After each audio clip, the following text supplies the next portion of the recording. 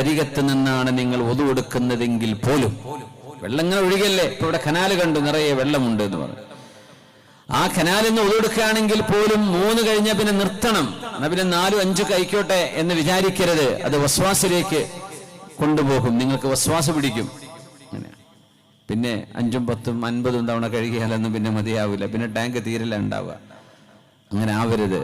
3 തവണ അതിലേറെ ചെയ്യരുത്. വെള്ളം അമൂല്യമാണ്, അത് നഷ്ടപ്പെടുത്തരുത് എന്ന് പുണ്യ നബി സല്ലല്ലാഹു അലൈഹി വസല്ലം. അവിടുന്ന് വെള്ളം നബി തങ്ങൾക്ക് ഇഷ്ടമായിരുന്നു സല്ലല്ലാഹു അലൈഹി വസല്ലം. ഇദ്ഹബാ ഫബ്തഗിയൽ മാ, അലിയാരെ മറ്റൊരു സ്വഹാബിയും കൂടെയുണ്ട്, നിങ്ങൾ 2 പേരും ചെന്ന് വെള്ളം കൊണ്ടുവരിൻ. അങ്ങനെ 2 പേരും വെള്ളം അന്വേഷിച്ചു പോകുമ്പോൾ ഫതലഖയാ ഇംറഅതൻ സാദിലതൻ റിജ്ലൈഹാ ബൈന മുസാദതൈൻ. ഒരൊട്ടകപ്പുറത്തൊരു സ്ത്രീ ഇങ്ങനെ വരുന്നുണ്ട്, ദൂരെ നിന്ന്. മരുഭൂമിയാണ്, വെള്ളം കിട്ടൂല. മരുഭൂമിയിലൊക്കെ മുമ്പ് യുദ്ധങ്ങൾ നടക്കുന്നത് കിണറിന്റെ പേരിലാണ്. അറിയാമല്ലോ, ബദർ യുദ്ധം നടക്കുമ്പോ ബദറിലെ കിണറിന്റെ പേരിലാണ് ആദ്യം നടന്ന സംഘട്ടനം. അത് ഹംസ റളിയല്ലാഹു അൻഹു അതിന്റെ ഫുൾ കൺട്രോൾ ഏറ്റെടുത്തു. കാരണം വെള്ളമില്ലെങ്കിൽ സർവൈവ് ചെയ്യാൻ പറ്റില്ല, ബാക്കിയൊക്കെ സാരില്ല. സ്വഹാബിമാര് ഹജ്ജിന് പോകും, അവര് യുദ്ധത്തിന് പോകുന്ന സമയം മഹാനായ അംറു ഇബ്നുൽ ആസ് റളിയല്ലാഹു അൻഹു നേതാവായിരുന്ന സമയം അവര് ഒരു യുദ്ധത്തിന് പോകുമ്പോൾ മഹാന്മാരായ സ്വഹാബിമാര് പറയുന്നു, കാന യുഅ്തീനാ തംറ, ഒരു ഈത്തപ്പഴമായിരുന്നു ഭക്ഷണം, ഒറ്റ ഈത്തപ്പഴം. ഒരു ദിവസം രാവിലെ മുതൽ വൈകുന്നേരം വരെയുള്ള ഭക്ഷണം ഒരു ഈത്തപ്പഴം. അപ്പൊ ചോദിച്ചു, നിങ്ങൾ എങ്ങനെയാ ഇതുകൊണ്ടൊക്കെ പിടിച്ചിരുന്നത്? അംറു ഇബ്നുൽ ആസ് എന്നവർ നിങ്ങൾക്ക് ഒരു ഈത്തപ്പഴം തരും, കുഞ്ഞുങ്ങൾ ഉമ്മയിൽ നിന്ന് പാലുടിക്കണ പോലെ ഞങ്ങൾ 1-2 തവണ അതിൽ നിന്ന് ലിക്കയും ഞങ്ങൾ പിന്നെ അങ്ങ് എടുത്തു വെക്കും, ഈശയിലെടുത്തു വെക്കും, പിന്നെ അതിന്റെ മേലെ വെള്ളം കുടിക്കും. ഒരു ഈത്തപ്പഴം കൊണ്ട് വൈകുന്നേരം വരെ പിടിച്ചു നിന്നു. 2-3 പ്ലേറ്റ് ബിരിയാണി എന്നാ വേറെ നിറയാത്ത നമ്മൾ ആലോചിച്ച് നോക്കി, എങ്ങനെയാ പടച്ചോനെ. അത് യുദ്ധത്തിനാ പോകുന്നത്, വെറുതെ ഇരിക്കാൻ പോവല്ല, യുദ്ധത്തിന് പോവാൻ. ഒരു ഈത്തപ്പഴം. സ്വഹാബിമാര് ചെയ്ത ത്യാഗം, യാ അല്ലാഹ്. അല്ലാഹുവിന്റെ റസൂലിന് തങ്ങളുടെ കൂടെ, ഹബീബിന്റെ കൂടെ ജീവിക്കാൻ സന്നദ്ധതയുള്ള ഒരു സമൂഹത്തെ അല്ലാഹു ഏർപ്പാട് ചെയ്യാൻ. ഖന്തഖ് യുദ്ധം നടന്നത് അങ്ങനെയാ. 12 കിലോമീറ്റർ ഉണ്ടായിരുന്നു ഖന്തഖിന്റെ നീളമെന്നാണ്. 12 കിലോമീറ്റർ ആലോചിച്ച് നോക്കി. വീതി ഏകദേശം 5-6 മീറ്റർ മിനിമം വീതിയുണ്ട്. അങ്ങനത്തെ ട്രഞ്ചാണ് മദീനയുടെ ഒരു ഭാഗത്തൊന്നാകെ ഉണ്ടാക്കിയത്. 12 കിലോമീറ്റർ നീളമുണ്ടായിരുന്ന ഒരു കിടങ്ങ്. സ്വഹാബിമാർ ഓരോ ഗോത്രക്കാർക്കും ഓരോ ഏരിയ കൂടി, ഇത്ര മീറ്റർ നിങ്ങൾ, അല്ലെ ഇത്ര മുഴം സ്ഥലം നിങ്ങൾ കുഴിക്കുക. അങ്ങനെ സ്വഹാബിമാർക്ക് ഓരോരുത്തർക്കും ഓരോ ഗോത്രത്തിനും ഓരോരോ ഭാഗം വീതിച്ചു കൊടുക്കുക ചെയ്തത്. അപ്പൊ പരസ്പരം കോമ്പറ്റൻസ് ഉണ്ടാവും. അവരെക്കാളും ഞങ്ങൾക്ക് ചെയ്യണം, അവരെക്കാളും ഞങ്ങൾ മുന്നിലെത്തണം.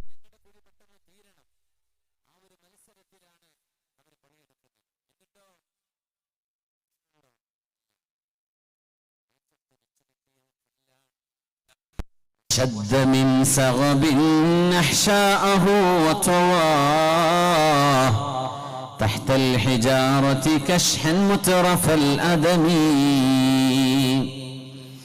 وشد من سغب أحشاءه وطوى تحت الحجارة كشحا مترف الأدم مولاي صل وسلم دائما أبدا على حبيبك خير الخلق كلهم.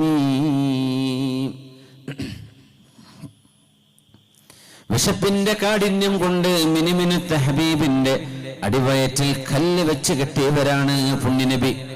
വശദ്ദ മിൻ സഗബിൻ, വിശപ്പ് കൊണ്ട് നബി തങ്ങൾ പിടിച്ചു കെട്ടിയിട്ടുണ്ട് കല്ലുകൊണ്ട്. അഹ്ശാഅഹു വതവാ, അവിടുത്തെ അടിവയറിന്റെ മീതെ നബി തങ്ങൾ തഹ്തൽ ഹിജാറ, കല്ല് വെച്ച് തുണി കൊണ്ട് നബി തങ്ങൾ മുറുക്കി ഉടുത്തിട്ടുണ്ട്. കശ്ഹൻ മുതറഫൽ അദമി, പട്ടുപോലെ മിനുമിനുത്ത ഹബീബിന്റെ ശരീരം കല്ലുകൊണ്ട് നബി തങ്ങൾ പിടിച്ചു കെട്ടിയിട്ടുണ്ട്, വയറിനൊരു ഭാരം തോന്നാൻ. കാരണം ഭക്ഷണമില്ലായിരുന്നു. ആ സമയത്താണ് ജാബിർ ഇബ്നു അബ്ദുല്ലാഹി റളിയല്ലാഹു അൻഹു ഹബീബായ നബി തങ്ങൾക്ക് ഭക്ഷണം കൊടുക്കാൻ തീരുമാനിച്ചത്. ഭാര്യയോട് ചെന്ന് പറഞ്ഞു, എന്റെ പെണ്ണെ, അല്ലാഹുവിന്റെ റസൂലിന്റെ വയറ്റത്ത് 2 കല്ല് കെട്ടിയത് ഞങ്ങൾ കണ്ടു. ഞങ്ങൾ ഓരോരുത്തരും ഒരു കല്ല് വെച്ച് കെട്ടിയപ്പോ ഹബീബിന്റെ വയറ്റത്ത് 2 കല്ലുകളായിരുന്നു. വശദ്ദ മിൻ സഗബിൻ അഹ്ശാഅഹു വതവാ തഹ്തൽ ഹിജാറതി കാശ്ഹൻ മുത്രഫൽ ലദമി. നമ്മുടെ വീട്ടിൽ ഭക്ഷണമുണ്ടോ? എത്ര ആൾക്ക് കൊടുക്കാനുണ്ട്? ഇച്ചിരി ഗോതമ്പുണ്ട്, ഇച്ചിരി മാംസമുണ്ട്, 4 പേർക്ക് 5 പേർക്കുള്ള ഭക്ഷണം നമുക്കുണ്ടാക്കാം. എന്നാൽ അല്ലാഹുവിന്റെ റസൂലിനോട് ചെന്ന് ഞാനൊന്ന് പറയട്ടെ നബിയേ, നാളെ ഉച്ചയ്ക്ക് വരുമ്പോൾ അങ്ങയുടെ കൂടെ അങ്ങേക്കുള്ള ഭക്ഷണം ഞാൻ തരാം. 300-ലേറെ ആളുകൾ ഖന്തഖിൽ എന്ന പണിയെടുക്കുന്നുണ്ട്. കൂലിയുണ്ടോ? പ്രതിഫലമുണ്ടോ? അല്ലാഹുവിന്റെ അടുത്ത് നിന്ന് കിട്ടുന്നതേ ഉള്ളൂ. അല്ലാഹുമ്മ ലൗലാ തഹദൈനാ വലാ തസദ്ദഖനാ വലാ സ്വല്ലൈനാ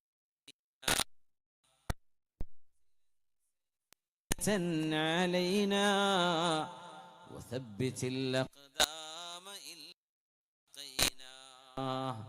സ്വഹാബിമാർ പാട്ടുപാടുകയായിരുന്നു, കവിതകൾ, നല്ല നല്ല ആശയമുള്ള വരികൾ. അല്ലാഹുമ്മ ലൗലാ അൻത മഹ്തദൈനാ, അല്ലാഹുവേ നീ ഇല്ലായിരുന്നുവെങ്കിൽ ഞങ്ങൾക്ക് ഹിദായത്തുണ്ടാകുമായിരുന്നോ? നീ ഇല്ലായിരുന്നെങ്കിൽ റബ്ബേ ഞങ്ങൾക്ക് വെളിച്ചമുണ്ടോ? നീ ഇല്ലായിരുന്നെങ്കിൽ ഹൃദയത്തിന് പ്രകാശമുണ്ടോ, അറിവുണ്ടോ, ഈമാൻ ഉണ്ടാകുമായിരുന്നോ? നീയല്ലയോ ഞങ്ങളുടെ ഹിദായത്തിന്റെ ഉറവിടം, നിന്റെ റസൂലല്ലയോ ഞങ്ങളുടെ വഴികാട്ടി. വലാ തസദ്ദഖനാ വലാ സ്വല്ലൈനാ, നീ ഇല്ലായിരുന്നുവെങ്കിൽ എന്ത് നിസ്കാരം, നീ ഇല്ലെങ്കിൽ എന്തു ദാനം നബി. അല്ലാഹുവേ നീ ഉണ്ടായതുകൊണ്ടല്ലേ ഞങ്ങൾ ദാനം ചെയ്യുന്നത്, ഞങ്ങൾ നിസ്കരിക്കുന്നത്. അല്ലാഹുവേ ഇന്നൽ ഉലാ ഖദ് ബഗൗ അഹലൈനാ, ചതുർമത സഖ്യമാണ്, ഞാൻ 4 മതവിശ്വാസികളാണ്, ഞങ്ങളോട്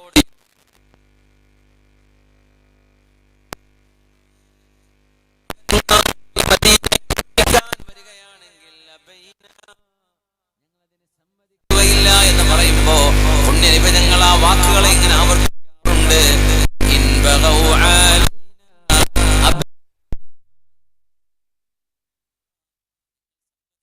സമ്മതിക്കില്ല, സമ്മതിക്കില്ല.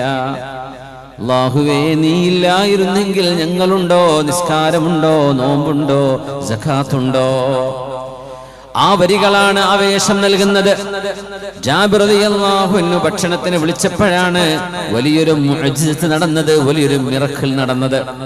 ജാബിർ റളിയല്ലാഹു അൻഹുവിന്റെ വീട് ഉച്ചഭക്ഷണം റെഡിയാക്കി 5 പേരെ കാത്തിരിക്കുമ്പോൾ ജാബിർ തങ്ങൾ കാണുന്നത് ഖന്തഖിലുള്ള മുഴുവൻ സ്വഹാബിമാരും വരിവരിയായി വീട്ടിലേക്ക് വരുന്ന കാഴ്ചയാണ്. ജാബിർ തങ്ങളുടെ ഭാര്യ പറഞ്ഞു ഭർത്താവിനോട്, ജാബിറേ, എന്റെ ഭർത്താവേ, നിങ്ങൾ എത്ര പേരോടാണ് വരാൻ പറഞ്ഞത്? നോക്കൂ, ആ വരുന്ന വരി നോക്കൂ, 100 കണക്കിന് ആളുകളാണ് നമ്മുടെ കൊച്ചു വീട്ടിലേക്ക്. ഇവിടെ ഭക്ഷണമുണ്ടോ അവർക്ക് കൊടുക്കാൻ? ജാബിർ തങ്ങൾ പറഞ്ഞു, ഇല്ല ഇല്ല, ഞാൻ പറഞ്ഞത് ഹബീബായ നബി തങ്ങളോടും 3-4 ആളുകളോടുമാണ് വരാൻ പറഞ്ഞത്. അത് നബി തങ്ങളായിട്ട് വിളിച്ചു ചേർത്തതാണെങ്കിൽ അതിന്റെ പരിഹാരം അല്ലാഹുവിന്റെ റസൂൽ കാണുക തന്നെ ചെയ്യും. ജാബിർ തങ്ങളോട് പറഞ്ഞു, ജാബിറേ, ഈ ആളുകളെ കണ്ട് നിങ്ങൾ പേടിച്ചു പോയോ? പേടിക്കണ്ട, നിന്റെ ഭാര്യ ഉണ്ടാക്കി വെച്ച മാംസത്തിന്റെ കറി എവിടെ? ആ ഒരു പാത്രം എവിടെ? അതിന്റെ കണ്ടെയ്നർ കൊണ്ടുവരൂ. ആ പാത്രം ഹബീബിന്റെ മുമ്പിൽ കൊണ്ടുവന്ന് വെച്ചു. വിളമ്പാനുള്ള കയ്യിലും കൊണ്ടുപോയി വെച്ചിട്ട് പുണ്യനിബിതങ്ങൾ ബിസ്മില്ലാഹ്, അല്ലാഹുവേ നിന്റെ ഇസ്മു കൊണ്ട് എന്ന് പറഞ്ഞ് ആ പരിശുദ്ധമായ പാത്രത്തിലേക്ക് ഹബീബായ നിബിതങ്ങളുടെ പരിശുദ്ധമായ ഉമിനീർ ചേർക്കുകയാണ് സ്വല്ലല്ലാഹു അലൈഹി വസല്ലം. ആ ഉമിനീരാണ് ഹിറാ ഗുഹയിലല്ല, തൗർ ഗുഹയിൽ ഹിജ്റ പോകുമ്പോൾ സിദ്ദീഖ് റളിയല്ലാഹു അൻഹുവിന്റെ തള്ളവിരലിൽ ഒരു മാളത്തിൽ അടച്ചു വെച്ചപ്പോ, പാമ്പ് കൊത്തിയപ്പോ വിഷം വന്ന നേരം സിദ്ദീഖ് തങ്ങളുടെ കാലിൽ പുരട്ടി കൊടുത്തത് ആ ഒരു ഉമിനീരായിരുന്നു. ഹബീബായ നബി തങ്ങളുടെ ആ ഉമിനീരാണ് ഹുദൈബിയ സന്ധി നടക്കുമ്പോ ഹുദൈബിയയിലെ കിണറ്റിലെ വെള്ളം വറ്റിപ്പോയപ്പോ ആ പരിശുദ്ധമായ ഉമിനീര് ചേർന്നപ്പോഴാണ് അണമുറിയാത്ത വെള്ളം ആ കിണറ്റിൽ ആവിർഭവിച്ചത്. ആ വിശുദ്ധമായ ഉമിനീരിന്റെ ബറക്കത്തായിരുന്നു അത്. ജാബിറെ വിളമ്പിക്കോളൂ, 10 പേര് കഴിക്കട്ടെ എന്ന് പറഞ്ഞ് 350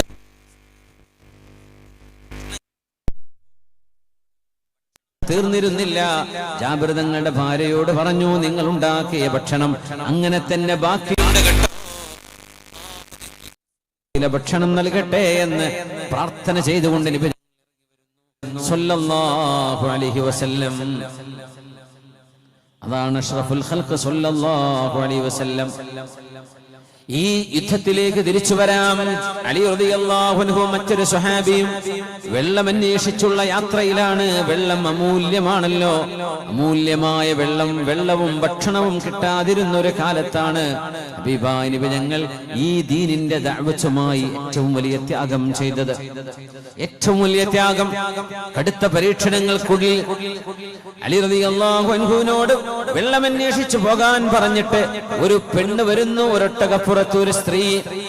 അവരാണെങ്കിലോ 2 തോൽപാത്രം നിറയെ വെള്ളം ഒട്ടകത്തിന്റെ 2 സൈഡിലേക്കും തൂക്കിയിട്ട് അതിനിടയിൽ കാല് വെച്ച് ഒട്ടകത്തെയും തെളിച്ച് ഇങ്ങനെ വരുന്ന കാഴ്ച കാണുന്നു. ആ പെണ്ണിനോട് ചോദിച്ചു, ഐനൽ മാ, എവിടെയാണ് വെള്ളമുള്ളത്, എവിടെയാണ് വെള്ളം?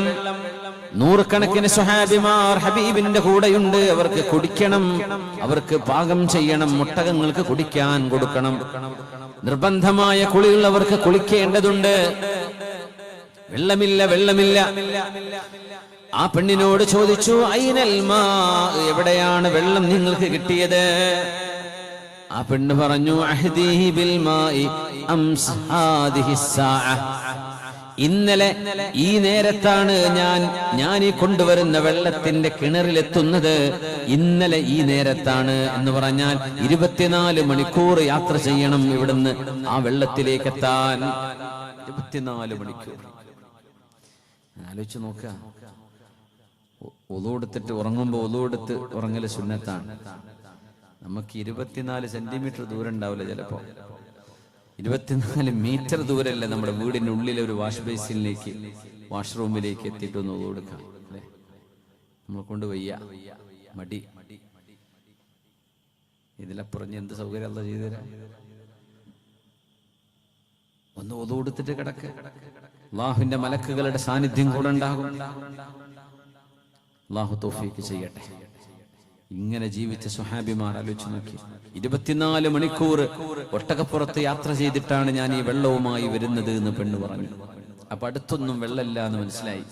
24 മണിക്കൂർ യാത്ര ചെയ്ത് അങ്ങോട്ട് എത്തണമെങ്കിൽ 24 മണിക്കൂർ, തിരിച്ച് വെള്ളം കോരി വരാൻ 2 ദിവസം എടുക്കും. അപ്പോഴേക്കും മനുഷ്യന്മാര് മരിക്കൂലേ?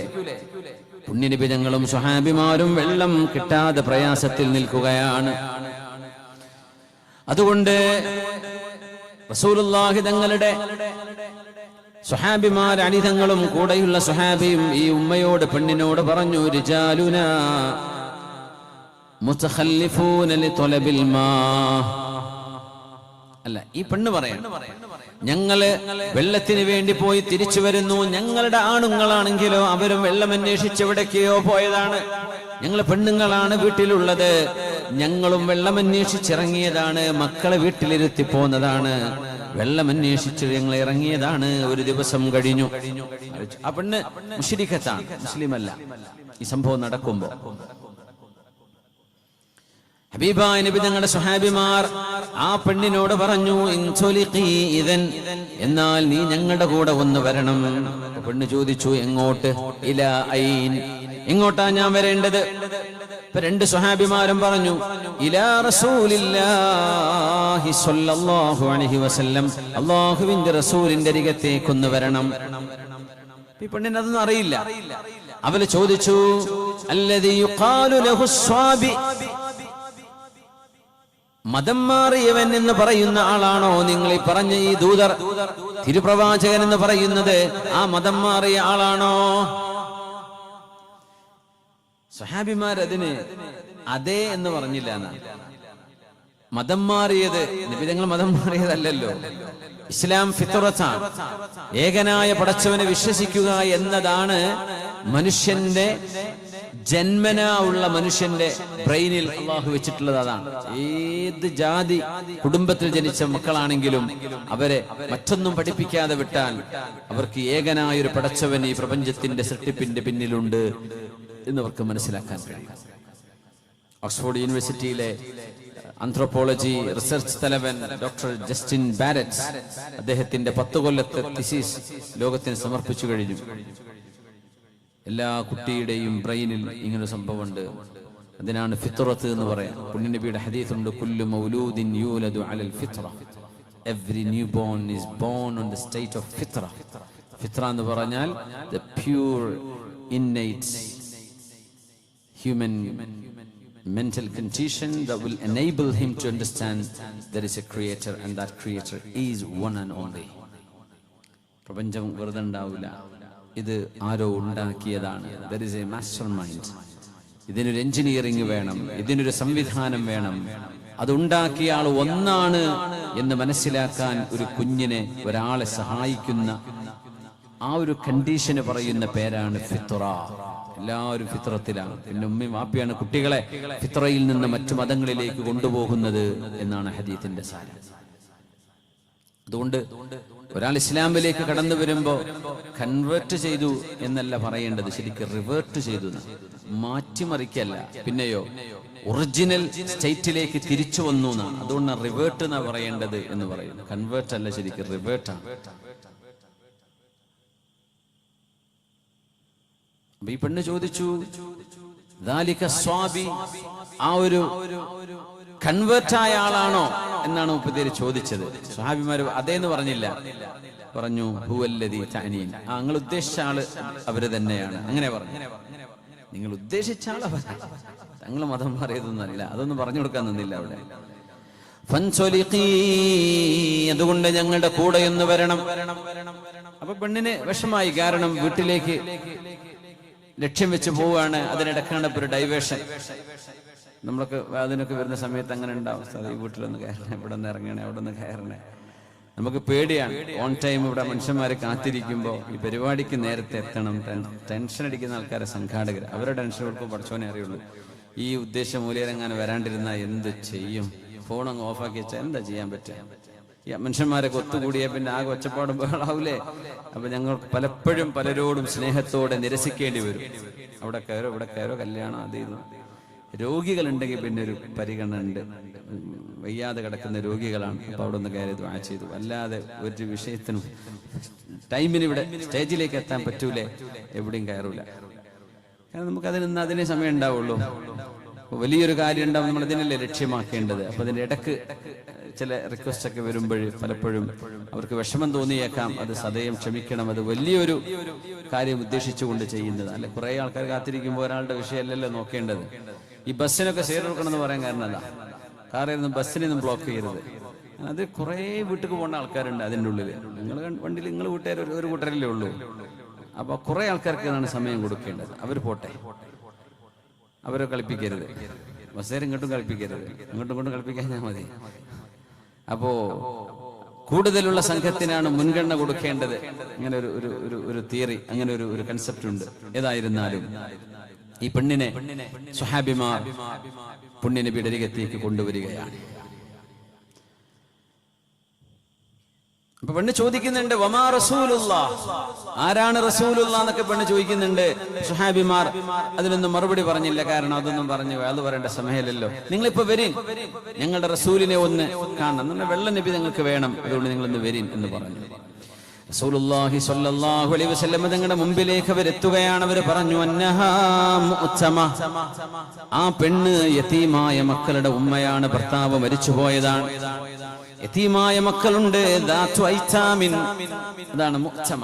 അവര് യതീമുകളെ സംരക്ഷിക്കുന്ന ഉമ്മയാണ്. ഹബീബായ നബി തങ്ങളുടെ മുമ്പിലേക്ക് എത്തുകയാണ്. ആ പെണ്ണ് താഴെ ഇറങ്ങി. അപ്പോ വെള്ളത്തിന്റെ 2 തോൽപാത്രങ്ങൾ ഒട്ടകത്തിന്റെ മീതെ ഇങ്ങനെ തൂങ്ങിക്കിടക്കുകയാണ്, നിറയെ വെള്ളം. ആ 2 മുസാദത്തൈൻ എന്ന് പറഞ്ഞ വെള്ളത്തിന്റെ 2 ബാഗുകൾ അല്ലാഹുവിന്റെ ഹബീബ് സല്ലല്ലാഹു അലൈഹി വസല്ലം അവിടുത്തെ കൈ കൊണ്ട് ഇങ്ങനെ തടവി. വദഅൻ നബിയു സല്ലല്ലാഹു അലൈഹി വസല്ലം ബിഇനാ, നബി തങ്ങൾ അവിടുത്തെ പരിശുദ്ധമായ കൈ കൊണ്ട് ആ വെള്ളത്തിന്റെ പാത്രം ഇങ്ങനെ തടവുന്നു. എന്തൊക്കെയോ ദുആ ചെയ്യുന്നു. തങ്ങൾ പറഞ്ഞു, വെള്ളം എടുക്കാൻ വരിൻ, പാത്രം കൊണ്ടുവരിൻ എന്ന് പറഞ്ഞു. അങ്ങനെ വെള്ളം മൂടിവെച്ച ആ തോൽപാത്രത്തിന്റെ അതിന്റെ വായഭാഗം നബി തങ്ങൾ തുറന്നു വെച്ചു. അങ്ങനെ സ്വഹാബിമാർ കൊണ്ടുവന്ന പാത്രങ്ങളിലേക്ക് വെള്ളം ഒഴിക്കുകയാണ്. പെണ്ണുങ്ങൾ അത്ഭുതത്തോടെ നോക്കുന്നുണ്ട്. പടച്ചോനെ, ഞാൻ കൊണ്ടുവന്ന വെള്ളം കൂളായിട്ട് ഇവര് 100-200 ആളുകൾ ഇതാ എന്റെ വെള്ളാണ് എടുക്കുന്നത്. അത്ഭുതം നോക്ക്. ഇന്നലെ ഈ സമയം 24 മണിക്കൂർ ഓടിക്കൊണ്ടുവന്ന വെള്ളമാണിത്. എന്താ സംഭവിച്ചത് എന്ന് നമുക്ക് അവസാനം മനസ്സിലാവും. ഹബീബായ നബി തങ്ങൾ പറഞ്ഞു, എല്ലാവരും വെള്ളപാത്രവുമായി വരും. വെള്ളം ഏറ്റവും ഫോഴ്സിൽ വരുന്ന അടിയിലെ ഒരു മൗത്ത് ഉണ്ട്, അതിന്റെ ഒരു വായുണ്ട്, ഒരു തുറക്കുന്ന സ്ഥലം. അതും നബി തങ്ങൾ തുറന്നു. പെണ്ണിന്റെ നെഞ്ചു പടക്കാൻ തുടങ്ങി. റബ്ബേ, എന്റെ വെള്ളാണല്ലേ ഈ ഒഴിഞ്ഞു പോകുന്നത്. സ്വഹാബിമാര് മുഴുവനും വെള്ളം നിറച്ചു. ഇഷ്ടംപോലെ വെള്ളമുണ്ട്.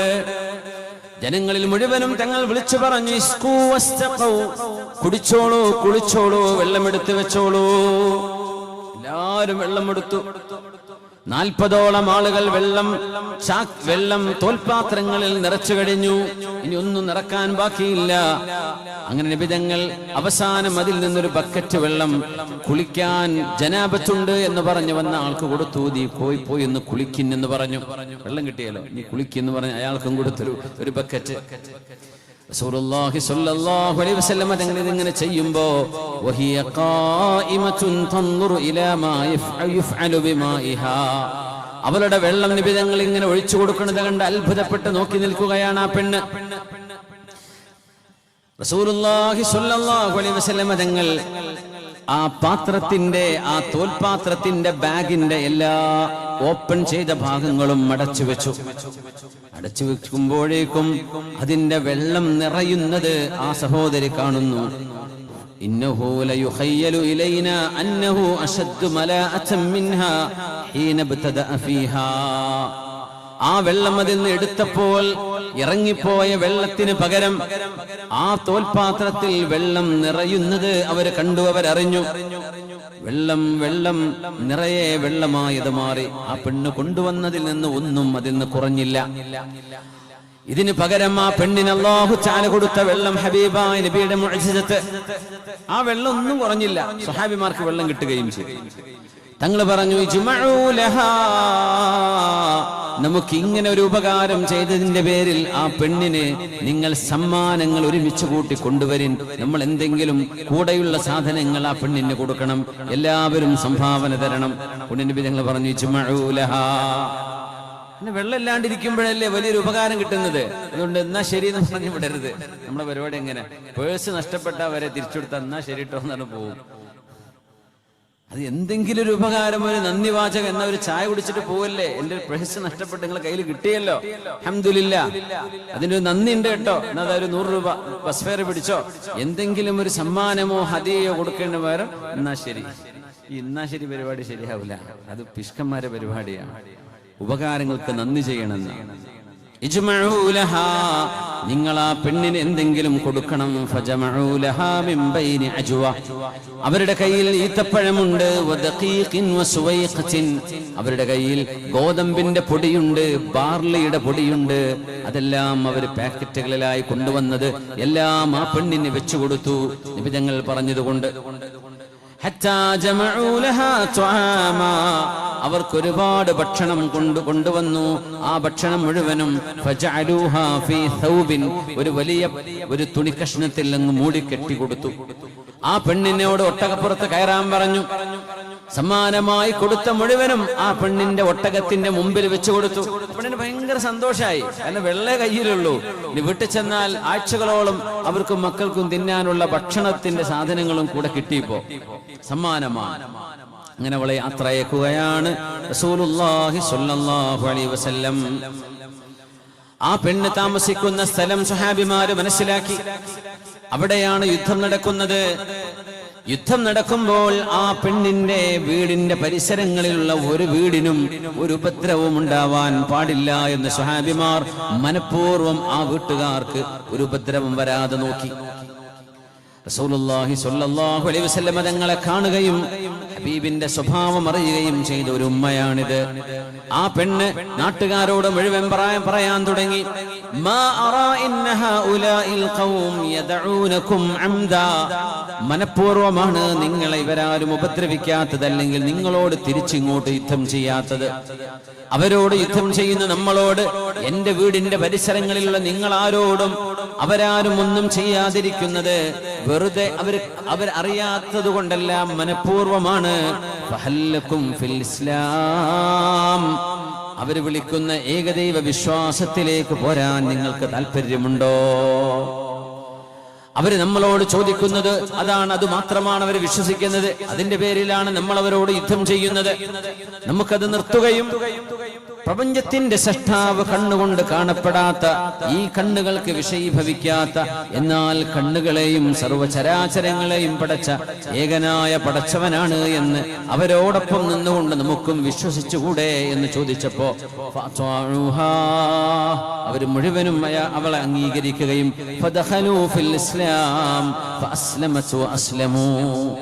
അവരും ആ പെണ്ണും മുസ്ലിമായി, കൂടെയുള്ള നാട്ടുകാർ മുഴുവനും ഇസ്ലാമിലേക്ക് കടന്നു വന്നു എന്ന് പരിശുദ്ധമായ ഹദീസിലൂടെ നമ്മൾ പഠിക്കുകയാണ്.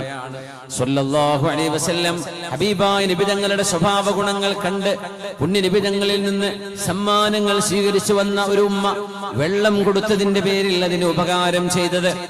വെള്ളം അമൂല്യമാണെന്നും ആ വെള്ളത്തിന് പകരമായി എന്ത് തിരിച്ചു കൊടുത്താലും പകരമാവില്ല. അതുകൊണ്ട് ആ ഉമ്മാക്ക് നിങ്ങൾ എല്ലാവരും പ്രത്യേകിച്ച് പെണ്ണുങ്ങളെ ഹബീബായ നബി തങ്ങൾ വല്ലാതെ ഗൗനിക്കാറുണ്ട്, അവരെ പരിഗണിക്കാറുണ്ട്. ഹബീബിന്റെ പെങ്ങളായ, നേരെ പെങ്ങളല്ല, മുലകുടി ബന്ധമുള്ള സഹോദരിയായിരുന്നു ഷൈമാ റളിയല്ലാഹു അൻഹാ. ഷൈമാ ബീവിയും നബി തങ്ങളും ഹലീമത്തു സഅദിയ ബീവിയുടെ പാല് കുടിച്ചവരാണ് ചെറുപ്പകാലത്ത്. അപ്പൊ അവര് തമ്മിൽ ബ്രദർ സിസ്റ്റർ ബന്ധമാണ്. പിന്നെ ഷൈമാ ബീവി മദീനയിലേക്ക് ഹബീബിനെ കാണാൻ വന്ന രംഗം ഓർമ്മയുണ്ടോ? ഒരുപാട് വർഷങ്ങൾക്ക് ശേഷം പുണ്യ നബി തങ്ങൾ മസ്ജിദുൻ നബവിയിൽ ഇരിക്കുമ്പോ ഷൈമാ ബീവി ഒട്ടകപ്പുറത്ത് വന്നു. അയ്ന റസൂലുള്ളാഹ്, എവിടെയാണ് റസൂലുള്ളാഹ്, അല്ലാഹുവിന്റെ തിരുദൂതർ എവിടെയാണ്? അവര് പറഞ്ഞു, എന്താണുമ്മ നിങ്ങൾക്ക് വേണ്ടത്? എനിക്ക് റസൂലിനെ ഒന്ന് കാണണം. തങ്ങൾ പള്ളിയിലാണല്ലോ, ഒന്ന് വിളിക്കാൻ പറയണം, ഹബീബിന്റെ സഹോദരി വന്നിട്ടുണ്ട് എന്ന് പറഞ്ഞാൽ മതി. പുണ്യ നബിയോട് സ്വഹാബിമാർ വന്ന് പറഞ്ഞു, നബിയേ, അങ്ങയുടെ സഹോദരി അങ്ങയെ കാണാൻ വന്നിരിക്കുന്നു. അപ്പൊ തങ്ങൾക്ക് മനസ്സിലായില്ല ആരാണ് ഈ വന്നത്, ആരാണാവോ ഈ സഹോദരി. പക്ഷേ കുടുംബ ബന്ധം പറയുമ്പോ, ചോരബന്ധം പറയുമ്പോ കുടുംബ ബന്ധങ്ങൾക്ക് വലിയ വിലയുണ്ട്. അള്ളാഹു കുടുംബ ബന്ധങ്ങളെ അർശിനോട് ചേർത്ത് വെച്ചുകൊണ്ട് പറയുകയാണ്. അർശിന്റെ തൂണിനോട് കൈപിടിച്ചുകൊണ്ടാണ് കുടുംബ ബന്ധങ്ങൾ ചോദിച്ചതത്രേ. അല്ലാഹുവേ, അല്ലാഹുവേ, ഞങ്ങൾക്കൊരു കരാറ് നീ നൽകണം, ഞങ്ങൾക്കൊരു വാക്ക് നീ നൽകണം. മനുഷ്യരൊക്കെ ഭൂമിയിൽ കുടുംബങ്ങളായി ജീവിക്കാൻ പോകുമ്പോ ഉമ്മയും വാപ്പയും വല്ലിപ്പയും വല്യമ്മയും അമ്മായിയും ഇളാമയും മൂത്തമ്മയും അമ്മാവനും ഇവരൊക്കെയായി ജീവിക്കുമ്പോൾ ആ കുടുംബ ബന്ധങ്ങളെ നിസ്സാര കാരണങ്ങളുടെ പേര് പറഞ്ഞ്, പൈസയുടെ പേര് പറഞ്ഞ്, അനന്തരാവകാശ സ്വത്തിന്റെ പേര് പറഞ്ഞ്, പൈസ കിട്ടിയില്ല എന്ന പേര് പറഞ്ഞ് മുറിച്ചു മാറ്റുന്ന ആളുകൾ വരുമ്പോ എന്താണ് റബ്ബേ നിനക്ക് അവരോട് പറയാനുള്ളത്? ഞാൻ എന്ന കുടുംബ ബന്ധത്തെ അവർ മുറിച്ചു മാറ്റുമ്പോൾ അതെനിക്ക് സഹിക്കാൻ കഴിയില്ല റബ്ബേ, എനിക്കൊരു ഗ്യാരണ്ടി വേണം. അതുകൊണ്ട് അല്ലാഹു തആല റഹീമിനോട് കുടുംബ ബന്ധത്തോട് പറഞ്ഞു അത്രേ. സ്വഹീഹായ ഹദീസാണ്, അമാ തർദീൻ അൻ അസ്ല മൻ വസലകി വഅഖ്തഅ മൻ ഖതഅകി. കുടുംബ ബന്ധമേ, നിന്നെ ആരൊക്കെയാണോ ചേർത്ത് പിടിക്കുന്നത്, നിന്നെ ആരൊക്കെയാണോ ചേർത്ത് പിടിക്കുന്നത് അവരോട് ഞാൻ എന്റെ സ്നേഹം നൽകുകയും നിന്നെ ആരൊക്കെയാണോ മുറിച്ചു മാറ്റുന്നത് അവരോട് ഞാൻ എന്റെ ബന്ധം മുറിച്ചു മാറ്റുന്നതും നിനക്ക് പോരെയോ? ബലായ റബ്ബ്, മതി റബ്ബേ മതി എന്ന് കുടുംബ ബന്ധം അല്ലാഹുവിനോട് വിളിച്ചു പറഞ്ഞുവെന്ന് മഹാനായ റസൂലുള്ളാഹി സ്വല്ലല്ലാഹു അലൈഹി വസല്ലം. കുടുംബ ബന്ധത്തിന് വലിയ പ്രാധാന്യമുണ്ട്. ഷൈമാ ബീവി വന്നിരിക്കുന്നു. മസ്ജിദ് നബവിയിൽ നിന്ന് ഹബീബായ തങ്ങൾ പുറത്തിറങ്ങുമ്പോൾ കാണുന്നത് ഷൈമാ റളിയല്ലാഹു അൻഹയാണ്. ആരാണ് വന്നത്? എന്റെ പെങ്ങളോ എന്ന് നബി ഞങ്ങൾ ചോദിക്കുന്നു. ഷൈമാ റളിയല്ലാഹു അൻഹ ഒട്ടകപ്പുറത്ത് താഴെ ഇറങ്ങുന്നു. ഹബീബായ നബി ഞങ്ങൾ കൈപിടിച്ച് വീട്ടിലേക്ക് കൊണ്ടുപോകുന്നു. ഒരുപാട് തിരക്കിനിടയിലാണപ്പോ വീട്ടിൽ കൊണ്ടുപോയി ഉണ്ണിനബി ഞങ്ങൾ ഇരിക്കാറുള്ള ഒരു ചെറിയ തിണ്ണയുണ്ട്. അവിടെ വിരിപ്പ് വിരിച്ചു കൊടുത്തിട്ട് ഷൈമാ ബീവിയോട് പറഞ്ഞു, ബീവി നിങ്ങൾ ഇവിടെ ഇരിക്കും. പെങ്ങളെ കണ്ട സന്തോഷമായിരുന്നു അത്. ബീവി റളിയല്ലാഹു അൻഹ നബി ഒരുപാട് നേരം കുട്ടിക്കാലത്തെ കഥകൾ ഇങ്ങനെ പറഞ്ഞിരുന്നു. അവസാനം ബീവി പറഞ്ഞു, നബിയെ ഞാൻ മക്കത്തേക്ക് തിരിച്ചു പോവട്ടെ. തങ്ങൾ പറഞ്ഞു, ഷൈമാ ഞങ്ങളുടെ കൂടെ മദീനയിൽ നിൽക്കണോ? എന്റെ വീട്ടിൽ ഭക്ഷണമുണ്ടെങ്കിൽ നിങ്ങളും ഭക്ഷിക്കും, ഞാൻ പട്ടിണിയാണെങ്കിൽ മാത്രമേ നിങ്ങൾ പട്ടിണി കിടക്കൂ. അതുകൊണ്ട് ഷൈമാ എന്റെ കൂടെ നിൽക്കുന്നോ എന്ന് ചോദിച്ചു. ഷൈമാ ബീവി പറഞ്ഞു, നബിയേ ഞാൻ മക്കയിലേക്ക് തിരിച്ചു പോകട്ടെ, എന്റെ മക്കളും കുടുംബവും അവിടെയുണ്ട്, ഞാൻ അങ്ങോട്ട് പോവുകയാണ്. പെങ്ങള് പോവുകയാണ് എന്ന് കേട്ടപ്പോ ഹബീബാ നബി ഞങ്ങൾ സ്വഹാബിമാരോട് തങ്ങളുടെ വീട്ടിൽ ഒന്നുമില്ല കൊടുക്കാൻ.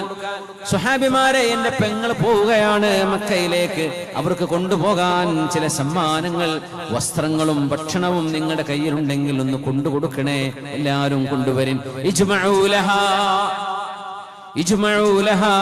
അവരെ വെറും കൈയോടെ പറഞ്ഞേക്കരുത്, എന്തെങ്കിലും വാങ്ങിച്ചു കൊടുക്കണം, കുറച്ച് ലഗേജ് വേണം. അതൊരു സ്നേഹമാണ്. സാധനങ്ങൾ വാങ്ങിച്ചു കൊടുക്കാൻ അതൊരു സ്നേഹബന്ധമാണ്.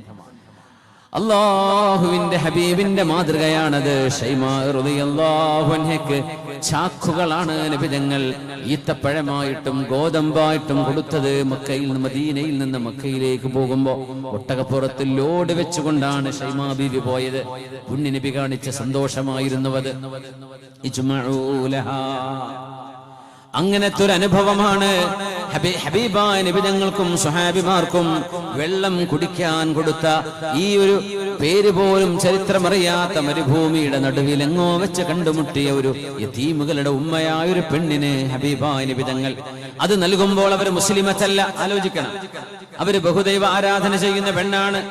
അവരോട് നിങ്ങൾ വിശ്വസിക്കണം, മുസ്ലിം ആവണം, എന്നാൽ തരാം. ഇതൊന്നുമല്ല നബി തങ്ങൾ പറഞ്ഞത്. ആ പെണ്ണ് ചെയ്ത ഉപകാരത്തിന് ദുന്യാവിൽ തന്നെ തിരിച്ചുപകാരം ചെയ്തു കൊടുക്കണം. അതിൽ ജാതിയും മതവും പ്രശ്നമല്ല. മനുഷ്യർ മനുഷ്യരോട് കാണിക്കേണ്ട പ്രതിബദ്ധതയും കടപ്പാടുമാണത്. ആ പെണ്ണ് ചെയ്തതും എത്ര വലിയ നന്മയാണ്. പുണ്യ നബി തങ്ങളാണ് മതം മാറിയ ആളാണ് എന്ന് അവൾ ചോദിച്ചപ്പോഴും ഹബീബായ നബി തങ്ങൾക്ക് ഞാൻ കൊടുക്കില്ല എന്ന് പോലും അവർ പറഞ്ഞില്ല. അവരുടെ വെള്ളം ഉപയോഗിക്കുമ്പോഴും അത്ഭുതത്തോടെ നോക്കി നിന്നിരുന്ന പെണ്ണ് ഹബീബായ നബി തങ്ങളുടെ അനുഭവങ്ങളെ കുറിച്ച് നാട്ടുകാരോട് പറഞ്ഞു, ജനങ്ങളെ, ഞാൻ എന്റെ കണ്ണുകൊണ്ട് കണ്ടത് നിങ്ങളെങ്ങാനും കണ്ടിരുന്നുവെങ്കിൽ, എന്റെ വെള്ളം മുഴുവനായും ഏകദേശം തീരാറാകുന്നവരെ ആ വെള്ളം അവിടെ നിന്ന് ഉപയോഗിച്ചപ്പോൾ ഞാൻ എന്റെ നെഞ്ചു പിടക്കുകയായിരുന്നു. ആരോ എന്ന് എന്റെ മനസ്സിൽ തോന്നുന്ന ഒരു കൂട്ടം ആളുകൾ എന്റെ വെള്ളം ഉപയോഗിക്കുന്നു. ഞാനത് കൊണ്ടുവന്നത് 24 മണിക്കൂർ യാത്ര ചെയ്ത് കൊണ്ടുവന്ന വെള്ളം. എന്നിട്ട് ആ വെള്ളം വീണ്ടും നിറഞ്ഞു വന്നു. ആരും നിറച്ചതല്ല, അതിലേക്ക് താനേ നിറഞ്ഞു. ഒന്നുകിൽ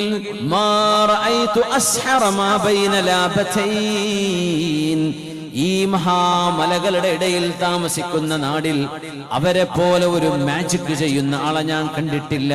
അല്ലെങ്കിൽ അദ്ദേഹം ഒരു നബിയാണ്, അല്ലാഹുവിന്റെ ദൂതരാണ്. ഈ രണ്ടാലൊരു ചാൻസാ ഉള്ളത്. ഒന്നുകിൽ ഒരു മജീഷ്യനാണ്, അല്ലെങ്കിൽ മൈറ്റി മെസഞ്ചർ ഓഫ് ഗാഡ്, അല്ലാഹുവിന്റെ മഹാനായ ഒരു പ്രവാചകനാണ്. ആ പ്രവാചകത്വം എനിക്ക് തോന്നുന്നു ഒരു മാജിക്കിന്റെ സ്വഭാവമല്ല. ആ പ്രവാചകന്റെ സ്വഭാവങ്ങളിൽ കാണുന്നത് അനുയായികൾ അവരോട് കാണിക്കുന്ന സ്നേഹം ഞാൻ കണ്ടു. അനുയായികൾ അവരോട് കാണിക്കുന്ന ബഹുമാനം ഞാൻ കണ്ടു.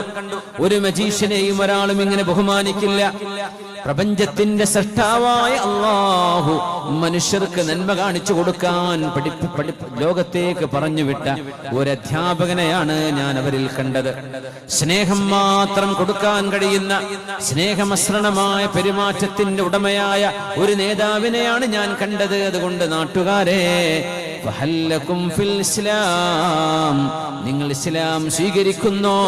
ഞാനതിന് ഒരുക്കമാണ് എന്ന് പറഞ്ഞ് ആ ഒരു പെണ്ണിന്റെ ബറക്കത്ത് കൊണ്ട് ഒരു സംഘം ആളുകൾക്ക് അല്ലാഹു ഹിദായത്ത് കൊടുത്തു എന്ന ചരിത്രം ഇമാം ബുഖാരി തങ്ങൾ സ്വഹീഹിൽ ഉദ്ധരിക്കുകയാണ്. അല്ലാഹു റബ്ബുൽ ഇസ്സത്ത് നമ്മുടെ ഈമാൻ മരണത്തിന്റെ അവസാന ശ്വാസം വരെ അല്ലാഹു നമുക്ക് നിലനിർത്തി തരട്ടെ. ആമീൻ യാ റബ്ബൽ ആലമീൻ. 1 മണിക്കൂർ സമയമായി. ഇനി ഒരു സ്റ്റോപ്പും കൂടെ ഉള്ളൂ. ആ സ്റ്റോപ്പിൽ നമ്മൾ നിർത്തുവേ ഇൻഷാ അല്ലാഹ്. 1 മണിക്കൂറൊക്കെ ആകുമ്പോൾ എഴുന്നേറ്റ് ഇന്ന് കയ്യും കാലൊക്കെ ഒന്ന് കുടഞ്ഞ് ഒന്ന് ഫ്രഷ് ആവണ്ടേ?